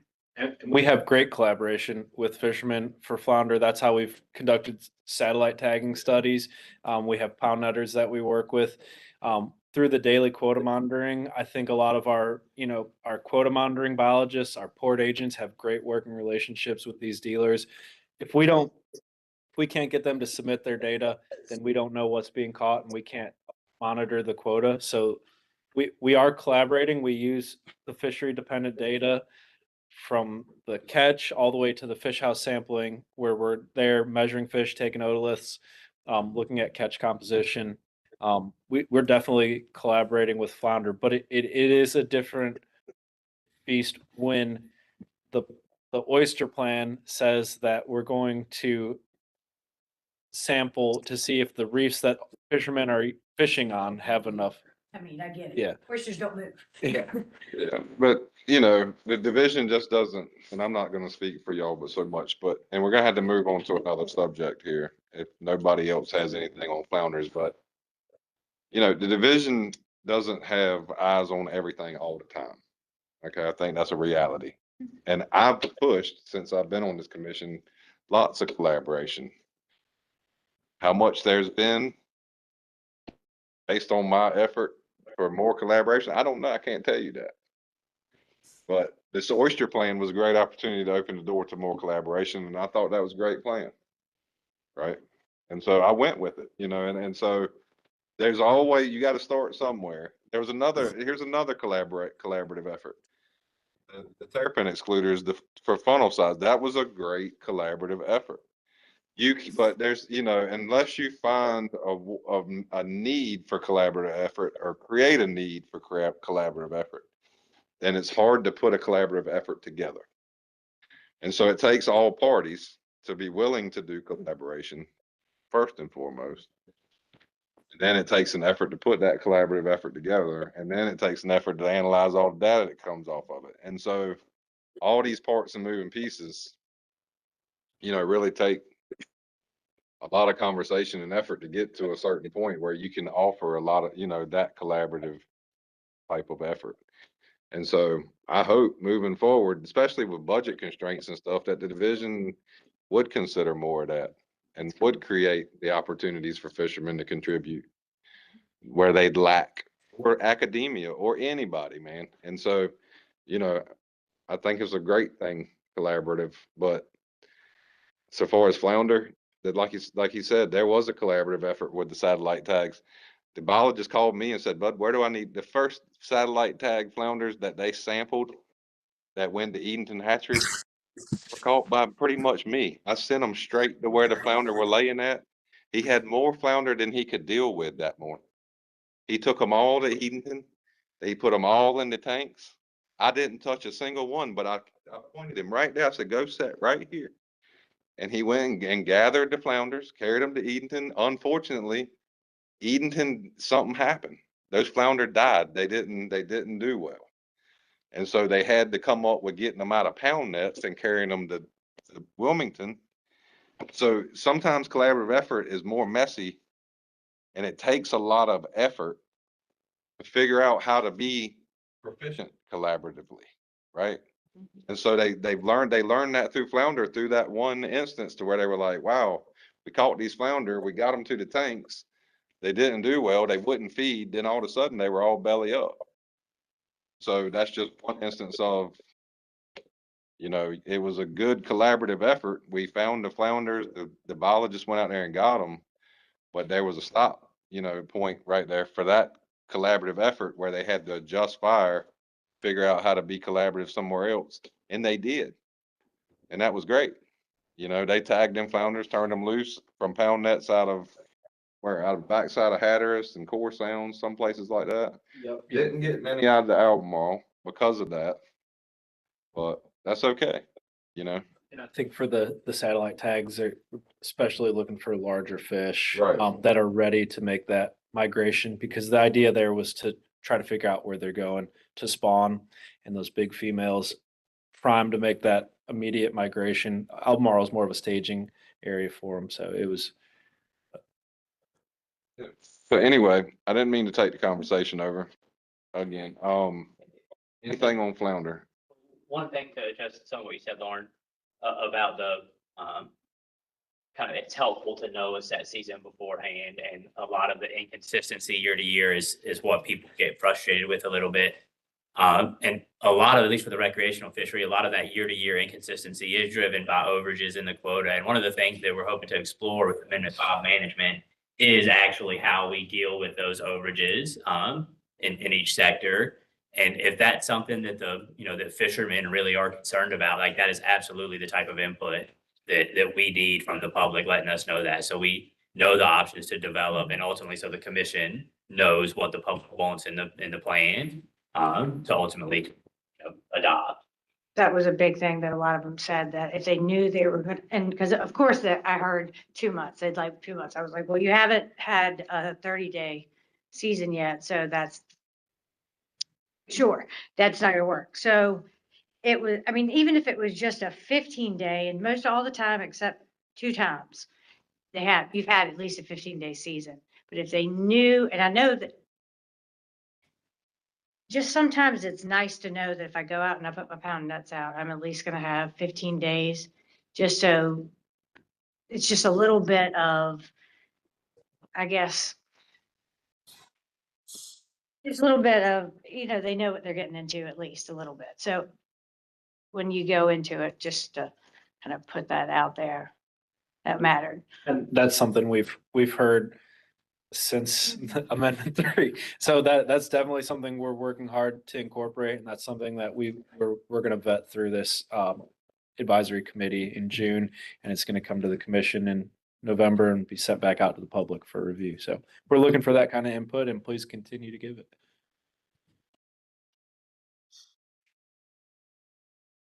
Anything else on flounders?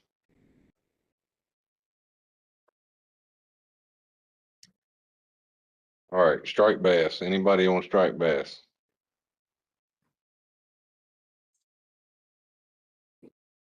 I have a couple of comments. You're shocked to know. No, not really. One thing we've been hearing about the study that was done to sort of measure the effectiveness, or to measure the impact, not the effectiveness, the impact of gill nets being removed and how it affected the striped bass fishery. And if you can pull the language up that's on that slide, I think it's the next slide or the third. And the last time Todd and Charlton presented this to us, I believe in August, was it? Said that no, that's not the one, Jesse, maybe one more.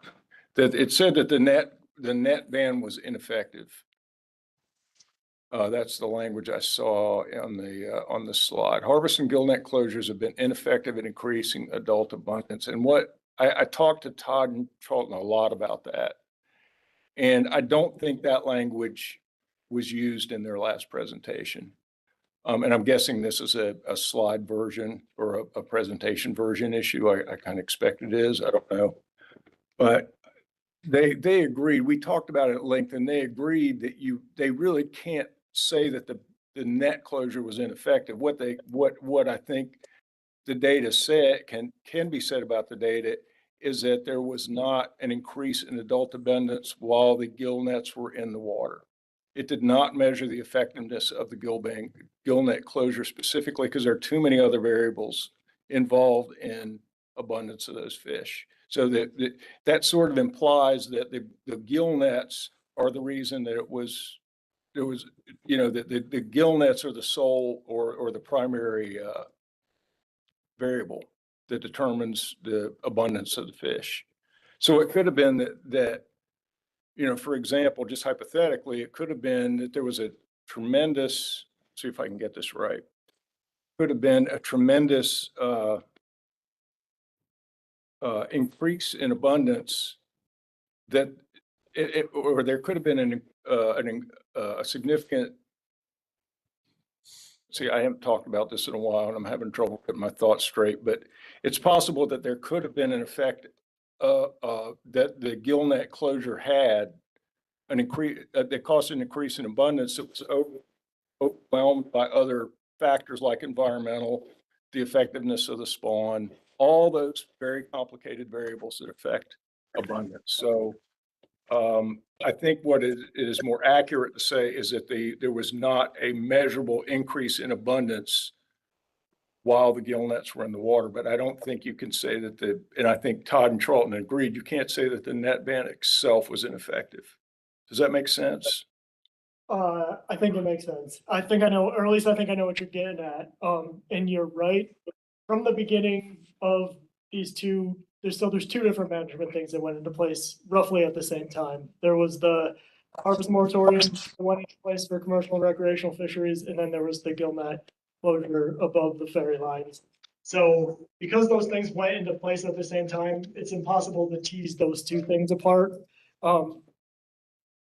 Because they went into place at the same time, so it was impossible to measure the impact of any one of those things. In addition to all the other variables, And like the decrease in abundance all up and down the Atlantic coast in the same time period. right, and essentially what we concluded from the analysis is that we minimized fishing mortality on these stocks to the very minimum possible. The only fishing mortality that was still occurring in those rivers was catch and release mortality from the recreational fishery. Right. And we still didn't see any increase in abundance of striped bass. So there's probably something else going on with these stocks. And that makes, I think that's a good explanation of the effective or the conclusions that could be drawn from the ban. So anyway, I think that language is a little bit misleading. The other issue I have is that I wanted to bring up is we heard Todd and Charlton reported that they did the finfish study was done as well at the same time, apparently, that while the gill net closure was in place, and they said it did not see an increase in abundance in other finfish, which I think were red drum, what was this, red drum, flounder, and trout, right? Red drum, trout, mullet. That's right, straight mullet also. They reported that, but we didn't get data. We never saw that data. That data was not in our materials when they reported that, and I've been asking for that report since then, and we haven't seen it. We haven't seen, whether there's a report or just data, we haven't seen anything on that. So we actually just made available online the striped bass revision, and tomorrow I'll be sending an email out to the commissioners, letting them know all of that information is publicly available and have it attached to the email. Great. Have you guys read those reports? Can you tell us anything about them? Yeah, so Todd and Charlton presented a little bit about this at your August meeting. But essentially, for red drum, flounder, striped mullet, we didn't see, so the analysis that we did was very similar to what was done with striped bass. So for those three species, we really didn't see any increases in abundance. It was either kind of trending the same, or there was actually decreases in those species. The species that we did see an increase was spotted sea trout. But that's not entirely unexpected because abundance of spotted sea trout prior to these cold sun closures was at historic highs. So the report presents that data, but it also provides some context into those results and some conclusions. When you consider those four species, unlike striped bass, those four species have a much wider range than the striped bass in the Tar Pamlico and Neuse rivers. And so what you see from just measuring the abundance in a small portion of their range is probably not informative of the stock at large. And I think spotted sea trout is the best example of that, where abundance was increased above those ferry lines, but it was increased all over the state. Which is also same, like you said, same goes for the decrease in abundance for striped bass. It's the same kind of issue, right? There's a lot more that goes into those conclusions than just what we're measuring in one small area. And was there any effort to compare fishery dependent data, the MRIP data, for the same time period? So we didn't. Is there enough there even? For those four species? Yeah. That area? Yeah, we didn't look at fishery dependent data for those species. or at least we didn't put it in the report that we compiled, Mhm. just because we wanted to use standardized data to be able to do some statistical testing of abundance pre and post closures. And that would be difficult to do with the fishery and dependent data because it's hard to standardize that. There's a lot of things that go into recreational effort. Imagine it would be difficult also, the areas above the ferry lines.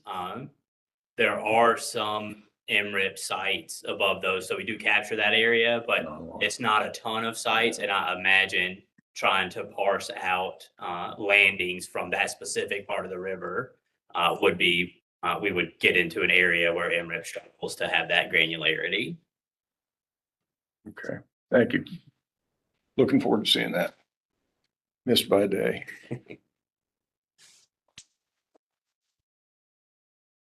Any more on striped bass? Online? My people online? Nope, we're all good. Speckled trout. Questions on speckled trout?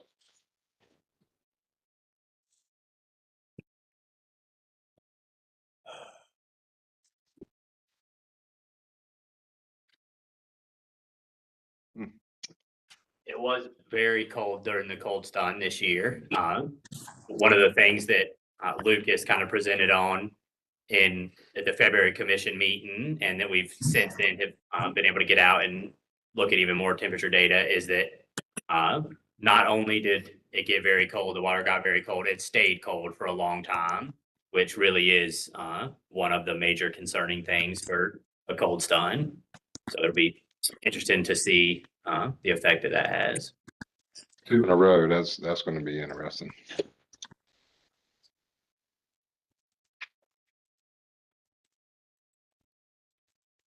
All right, so we covered flounder, and I'm not gonna go back to it. So there were 2 more species that were talked about tonight. One was red drum and 2 were kingfishes. Sea mullets, whatever you want to call them. Anyway, let's talk about drum. Anybody got any questions about drum? I know one of the commissioners at the last meeting talked about the feasibility of maybe adding fish, adding an additional drum possibly to the allowable limit. Yeah, Anything on the feasibility of that? yeah, so to add a little context to this state plan, the authority for managing red drum is with ASMFC. The reason we delayed the initial development was we were waiting for them to finish their most recent amendment. They did so, and they recommended no changes for North Carolina. Now, that means luckily we don't have to take any reductions, but it also means that we can't really relax our regulations to allow for more harvest. The stock has a good abundance, but there was some concerning trends in the age structure and harvest of the northern stock north of North Carolina. Do you feel like the stock assessment did a good job of capturing the older ages of this fish? I am not the person to ask about how that stock assessment ran. Because we have conserved these fish in the older age structures for a long time. And I can imagine there's got to be some fairly old fish out there hanging out. It's even become a big fishery in this state to come and catch a big drum. And so I just sometimes question whether or not the stock assessment is going to, because of the lack of landings and the lack of sampling on those larger fish, really captured the age structure of that species. And so I would definitely suggest getting in touch with Kara Kowalczyk or Melinda Lambert. North Carolina is in the northern management unit for red drum, so that's North Carolina north. And really the bulk of the data, or really all of the data, is coming from North Carolina. So We have our red drum longline survey, which is, it samples the adult portion of the stock, and then we have our gillnet survey. But none of the states to the north of us really have comparable surveys. So if there's significant numbers of adult fish that are occurring in those northern states, there's not really any way to sample those. All of that adult data would just be coming from us. I mean, the mouth of that Chesapeake Bay is full of great big drum. And that's unfortunate that they don't capture that data, you know, so. I do know there's concern on some commissioners about the recreational fishery and just how accessible those big drum are and possibility of significant release mortality. My only issue there Mortality, excuse me. when it comes to that, the recreational fishery is the beach fishery where they drag them all up on, and I'm not trying to throw any recreational fisher under the bus, but you know, just visually, it looks painful to me because I don't like to roll around in sand. They're definitely a resilient fish. So, you know, rough handling is bad for them. So we are looking to, you know, maybe include some best management practices, some ethical angling, some outreach, you know, some outlined angling practices in here to continue on the lines of like the Owen Lupton rig. We know that in the hottest part of the year for the Neuse River and Pamlico Sound is when this fishery is occurring, and that's when those fish are at their most susceptible to these stressors. So while there is less contact with the ground, people are still pulling them in the boat. They're still exerting a lot of effort, and you know we need to look into the release mortality here, and we need to try to encourage folks to handle them as little as possible and use best practices. So Going back to my original question, sorry, there's no conservation equivalency to adding another fish, like maybe decreasing the slot. And, I mean, there's got to be some sort of, you know. yeah, we could feasibly pursue conservation equivalencies with the ASMFC. Yeah, it's something we could look into. I from what I knew that wasn't encouraged, but we can look into that. I mean, you know, just it'd be interesting to know if there would be a comparable conservation equivalency there that would lend to the recreational fishery. And I think like I said, there was a commissioner that asked that at the last meeting for that to sort of be considered and looked into when considering this new red drum FMP. And it was just a follow-up question to that. It was brought up in the Northern AC meeting as well last week. Okay. So I understand that North Carolina is right on that line of the northern ASMFC and the southern. And I know the northern stock, they said that it's no longer overfished and overfishing isn't occurring. It's still in that overfished in the southern side, but the northern side isn't overfished anymore. And then you said that most of that data comes from North Carolina? For the northern stock. So the southern stock, and correct me if I'm wrong, Jeff and Dan, but for the southern stock, like it's not the data from North Carolina, it's just the northern stock. But the northern area of that is saying it's not overfished and overfishing isn't occurring now, right? Correct. Yes, the stock assessment said not overfished, overfishing not occurring. So Atlantic States also recommended status quo, meaning there was no concern for a reduction, right? Yeah. That's just my training. North Carolina, the takeaway from that stock assessment and the subsequent amendment to the ASMFC plan was North Carolina does not need to take any reductions. There would be no additional either. Even though we have, They stated status quo harvest levels. but we haven't been reaching our cap for harvest. So it's not factoring in how much we could be allotted to catch it. They were looking at how much we caught, and they said that we should maintain status quo harvest levels, which the catch cap is not like a quota. It's not like that's how many, you should be, we should aim to catch and close it. The cap is like, we don't want to aim for the cap. That's absolute top end of it. It's just a different style of similar to a quota, but it's not something to aim for. We want to aim lower than the cap. We don't want to reach that cap.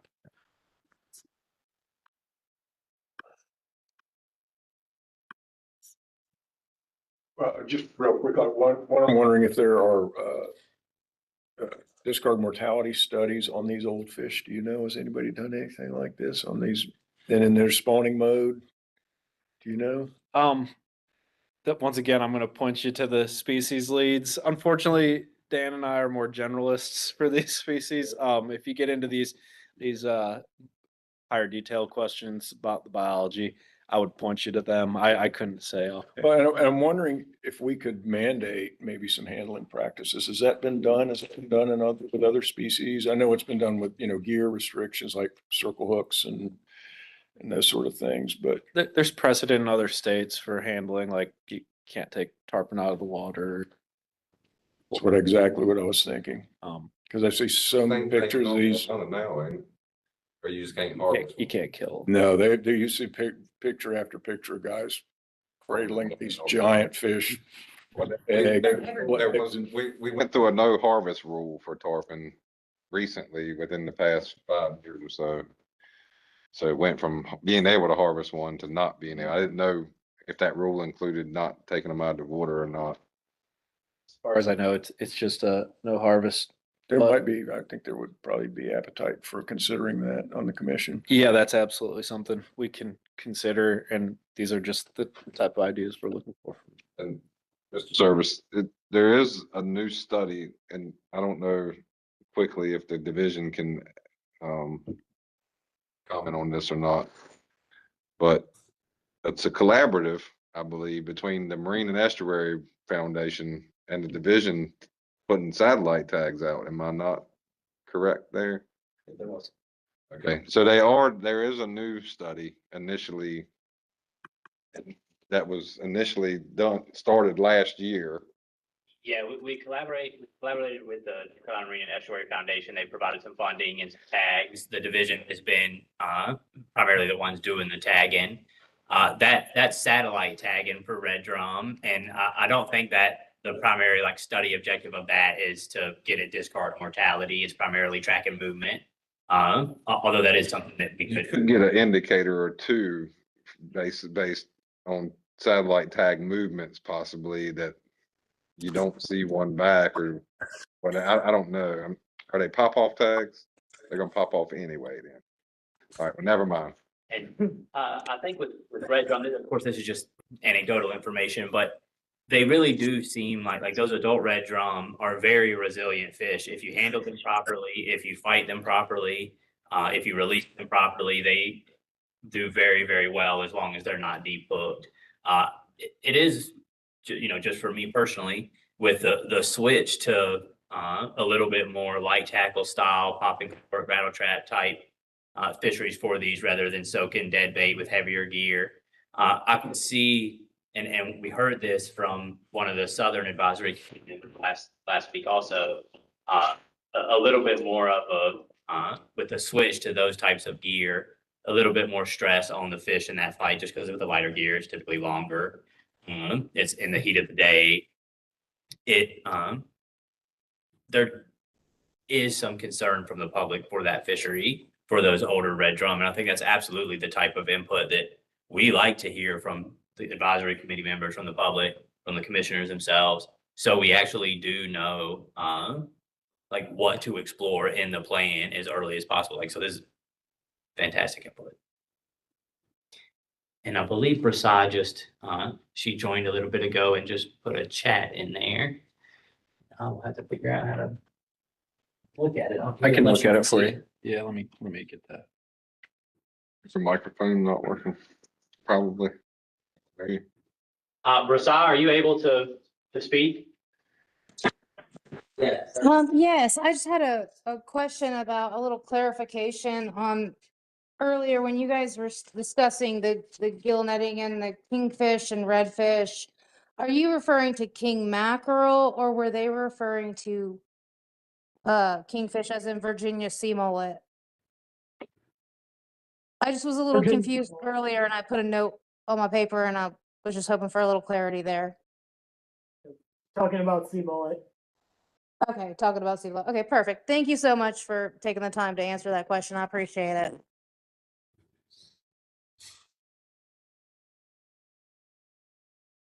Right, everybody got the feelers out for the drum here? Everybody online? Anybody got any further comment? We got one more to cover. That's the sea mullets. All right, let's move on to sea mullet and kind of wrap this up here.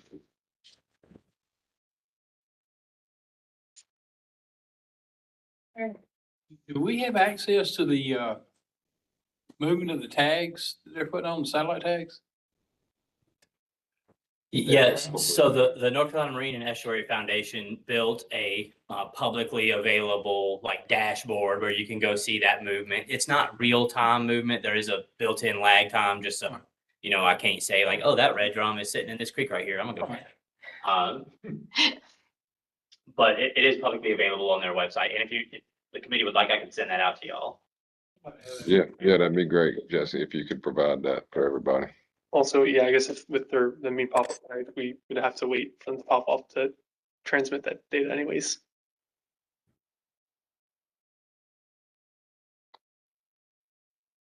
All right, this is one I ain't heard much about yet. It's kingfish.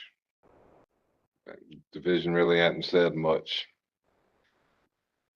Yeah, we have not heard about much about kingfish from anybody from any of the meetings we've been at, and really, we're just in the very early stages of evaluating the data at this point. So we haven't said much about kingfish, and we don't have results or conclusions or anything to share at this point. So we certainly will by the end of summer, more than likely. So we'll have more information at that point. Can But you is there provide anything further that- information on that, on when we can get involved with the management process for the kingfish? Because this is new to me. I haven't studied that before. Yeah, for sure. So the Kingfish FMP review, it began last year, and we've been reviewing the data. We'll take a very similar process that we've done with any of our other FMPs. So once we finish this data review, we'll identify issues that potentially need to be addressed in the plan. We'll do a scoping session, probably more than likely towards the end of summer is when we'd be looking for that. And then essentially probably in early 2027, I think we would be starting to form an advisory committee made up of fishermen, recreational and commercial, to really work on the plan. And when is that information going to be available to the current commercial fishermen in the industry? So the information about the data review that we're conducting now, we'll have that available for people when we finish it, basically. So hopefully later this year. Okay, perfect. Thank you. I look forward to sharing that with my community and the commercial fishermen in my area.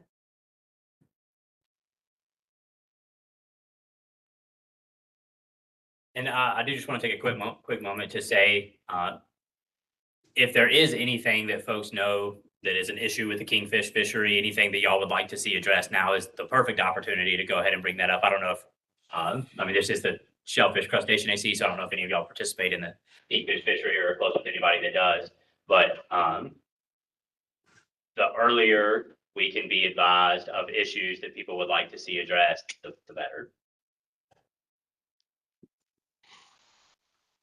Perfect. We have, probably 6 to 8 people in my local community that participate in that industry, and I'm definitely highly interested, and I appreciate the time you took to answer my questions. And I know that it's not part of this meeting technically, but it was quite a surprise to me to hear it.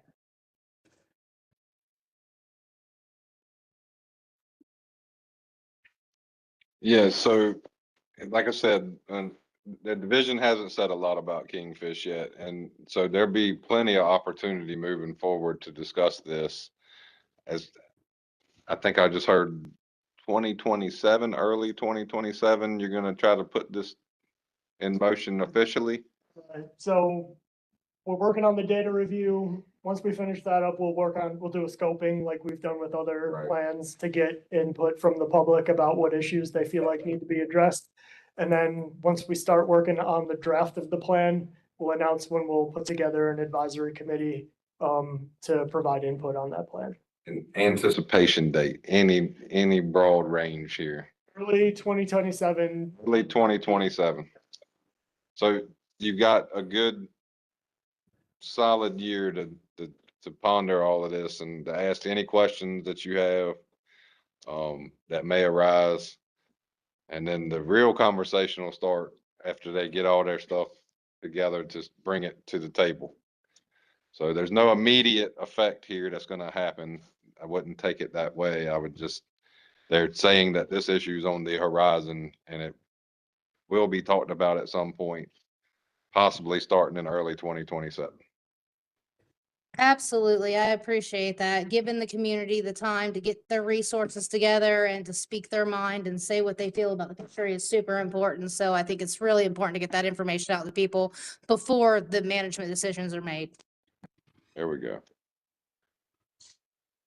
Just a general question, doesn't need to be answered now. This is Judd online again. Are we seeing any kind of cross-state collaboration on this? So with Kingfish, no, we haven't done any collaboration across states. And that's one of the things that we're evaluating as part of this data review is if there's any information that would suggest that this is or isn't a multi-state stock.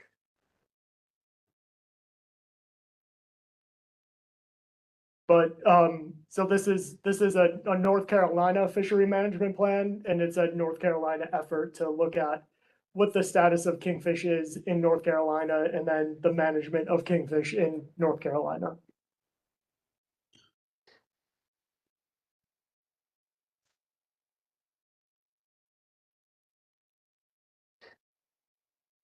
Any follow-up?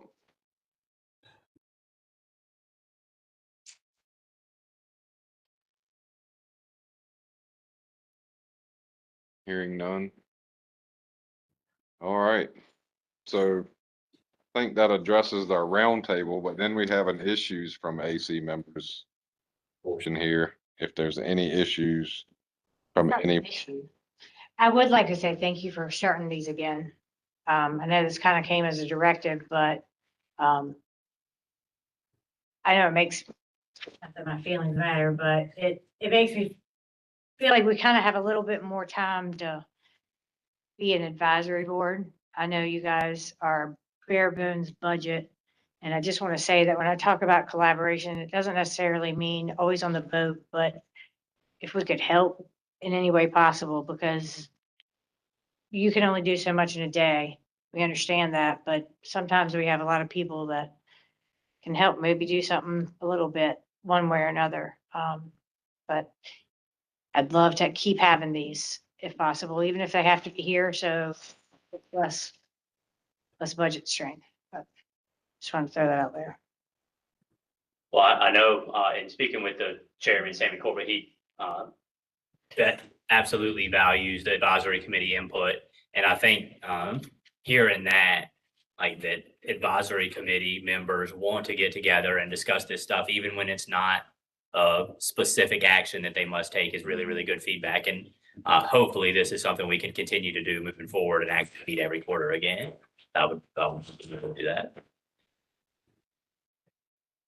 So on that note, your next meeting is tentatively scheduled for June, and I'll send that out to the advisory committee members so you can go ahead and put it on your calendar.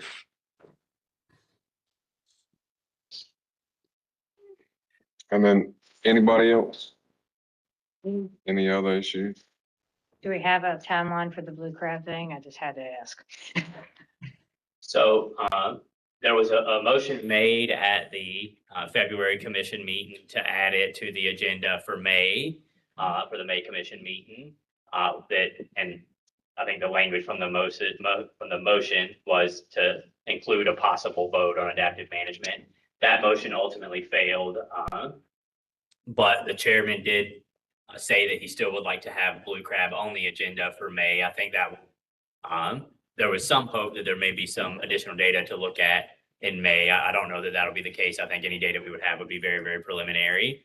But I think that presentation will kind of just talk a little bit about where we are at in the updated stock assessment for blue crab. It's Jeff and Dan, correct me if I'm wrong, but I believe our stock assessment program manager, Matt Damiano, has said we should have the blue crab stock assessment finalized by the end of this year. And any results from that updated stock assessment will inform whether we need to move forward with adaptive management or go ahead and start the F&P review process that blue crab is already undergoing this year. And we will have a stock with the stock assessment report will be available at that meeting, correct? At what meeting? At our next meeting, at the next commission meeting. No, we won't have it updated. Preliminary? No, we won't even have the preliminary by Okay. the May. And there is a lot of concern too with kind of releasing preliminary stock information Understood. too soon to, we wanted to make sure anything we put out is I actually. was thinking I heard we might see some at that. That's what we heard at the meeting, I thought, but maybe I'm mistaken. I think there was some hope that maybe there would be some additional data to look at, but unfortunately it's just too early to. The only data I would know that would be available would be what, the landings from 2025, maybe finalized data. Potentially, but even that I think would be very, very uncertain if we could have finalized data by May or not. I believe the actual for the trip ticket program to go through all of the editing process and everything, it's typically they have that finalized data right when all of the stuff for the commission meeting is actually like the mail out date basically. So it's like right on the cusp of whether or not we would be able to provide anything. And I'll put in a plug for our annual FMP updates that we do every year. That's a compilation of all of the data for every species. Recreational landings, commercial landings, our fishery independent data, our fishery dependent data. And that's usually complete by August, and we present those, a summary of those results and everything at the August commission meeting. Just if I could say, we also made a motion, or a motion was made at the commission also in the same sort of time, at the same time as the motion to put crabs on the agenda. We did put the Doras on the agenda for the next meeting to discuss the possibility of enhancement of the Doras with some sort of vertical structures or some sort of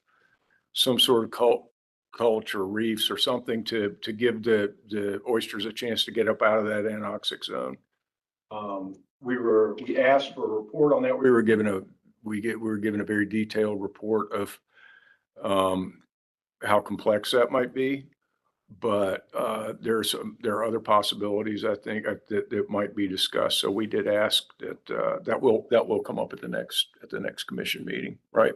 Mm-hmm. And Commissioner Rader actually is the chair of the Habitat and Water Quality AC, and he requested having a discussion about Doras at the Habitat AC tomorrow. Right. And it sounded like from talking with him that he was primarily interested in looking at kind of the not necessarily focusing just on the enhancement part of it, but kind of a broader look at how can Doras be protected in general, and kind of what kind of partnerships can we develop for that long-term protection of those Doras. So that'll be an interesting discussion tomorrow. Also, if people are interested, we stream all of these on YouTube. I don't know how many we get tonight, but our Finfish AC meeting on Thursday had 10 people watch it at once, which I think is pretty impressive. So if anybody wants the YouTube link to the Habitat and Water Quality AC meeting tomorrow, I'd be happy to provide that. That makes you an influencer, Jesse. But after. Yes.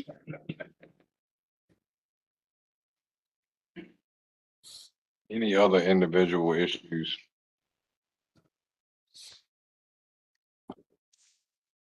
I'm just going to repeat myself from the beginning of this meeting. Please keep up with what the commission is doing if you're an advisor. If you want to sit on these committees, please educate yourself on what the commission's up to well ahead of when we're going to meet. The commission puts in a ton of time, right? And discusses all these topics, and it's all publicly available. there's no reason in the world y'all couldn't take and watch the YouTube on just on the discussion pieces. You can fast forward, rewind, stop. You don't have to watch it all at one time. But what happened earlier was unnecessary. And I was trying to get this lady to listen for just a minute to let her know that we were going to have plenty of discussion tonight and she's going to have plenty of time to talk. But it's not coming in this room and grilling these staff members on why this and why that and this, that, and the other is to me inappropriate. These people are here to help us understand, but they're not here to hold our hands every step of the way. And so I just wanted to reiterate that from earlier. I'm glad everybody's here serving. Every one of y'all are necessary. All the knowledge that comes from all of this and all the discussion comes from this is absolutely necessary. And it helps drive the conversation further down the road. And so it's healthy to have discussion, but it's unhealthy to come here and try to, I'm not sure what to say Quite about it. frankly, as an advisory committee member, I find it very shocking that we're bringing up other issues in this meeting, like the kingfish and other things that have been discussed this evening. And to share that with the community as an advisor, how do I go to my community and say, oh, they've been talking about this for a year, but we had no idea it was going on until today? I think That that's would be, where that hold lady on might have just been a a little second. shocked and upset. Hold on just a second, ma'am. I'm not sure that they've been talking about it for a year. I think it was announced that this would be done and would be talked about starting at the August meeting of last year. I don't think it got discussed at the November meeting. Just the updates. Right, just very small updates, and it's becoming Sir, a I'm real just using topic that as an now. example of how you lose the trust of the community with the advisory committee. If I go to the fishermen in this community and try to speak to them about this, I don't have any ground to stand on to even say like, okay, it's just management decisions. It's just preliminary talks. It's been going on for a year, but we didn't know about it. I'm just saying that from like, I joined the advisory committee about 2 years ago. I have research, studied, and attended, and it's just shocking. And I can see how it upsets people, sir. I think you're misunderstanding. I'm gonna let Mr. Dobbs try to explain something to you here. So, Jesse, could you bring up the FMP schedule? So we publish this every year. The reason we're bringing up this species is because its plan opened in 25 on its scheduled review, which we present this figure right here pretty much every quarter to the commission. The reason we don't have more information is we're just in the beginning phase of opening this plan. This happens every 5 years. We formally review the plans and we see if there's anything we need to change. That's baked into the process. That's going to happen for every species on this list at the iterations given. Sometimes sooner if we notice a problem. But we weren't just like, we're not secretly doing any sort of like data thing. No, We're sir, I reviewing would the- never assume that. I'm part of the advisory committee. I'm here for the benefit of our community and our state. I absolutely understand that. But I don't know that our general population maybe feels the same way as we do, as we understand how the bureaucracy works and how the FMPs work and the scheduling for that works. When you shock people with potential FMPs that are coming forward during other commission events, I think that is where you have these discrepancies and you have these cross issues, sir. Rasad, can I ask, what would you suggest for us to do to communicate better with the public about the upcoming FMPs? We do have this schedule available on our website, but I feel perfectly comfortable saying this because I was the one that we built our new website. it is absolutely horrible to navigate. Like, we try really hard to make this information easily accessible for people, but it's a lot of information and it's very difficult. I feel like the Department of Marine Fisheries is able to text me twice a day about the observer program that we need to participate in if we're within these bounds or not within these bounds. Every day, twice a day, I get 2 text messages and a phone call. You can't reach out to the community and let them know that these things are changing. I just find it a little bit shocking, and I understand maybe where Outburst comes from. I'm not Outburst. I'm here to help. So if I'm hearing you correctly, maybe we could do a little bit more emails to people. We unfortunately don't have the ability to text people all of our news releases or any newsletters that we would develop. We do have the ability through Otis to send out notifications, but that's just for the observer program. But something that I could do as the Marine Fisheries Commission liaison, I could send out to advisory committee folks emails. And I mean, Rasai, I think you have my personal phone number. Mike said it earlier. I'm more than happy to talk on the phone about any of these issues. And if you would like me to do a little bit more communicating with advisory committee members about things that might be like upcoming, that's absolutely something that I can do. Yes, absolutely. That sounds great. Just being able to share that information with my community and our community, and knowing what's going on and coming up, I think is going to be very beneficial.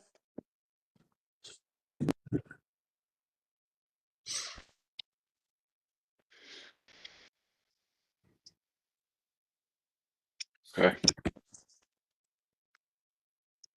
Are you satisfied, Rasai?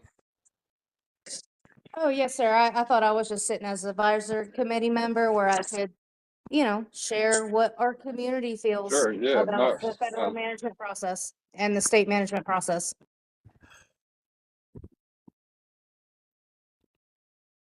all right. Upon that, I'm gonna call this meeting adjourned. Thanks for the entertainment.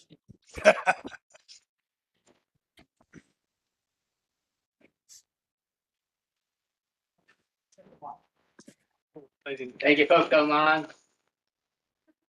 Yeah.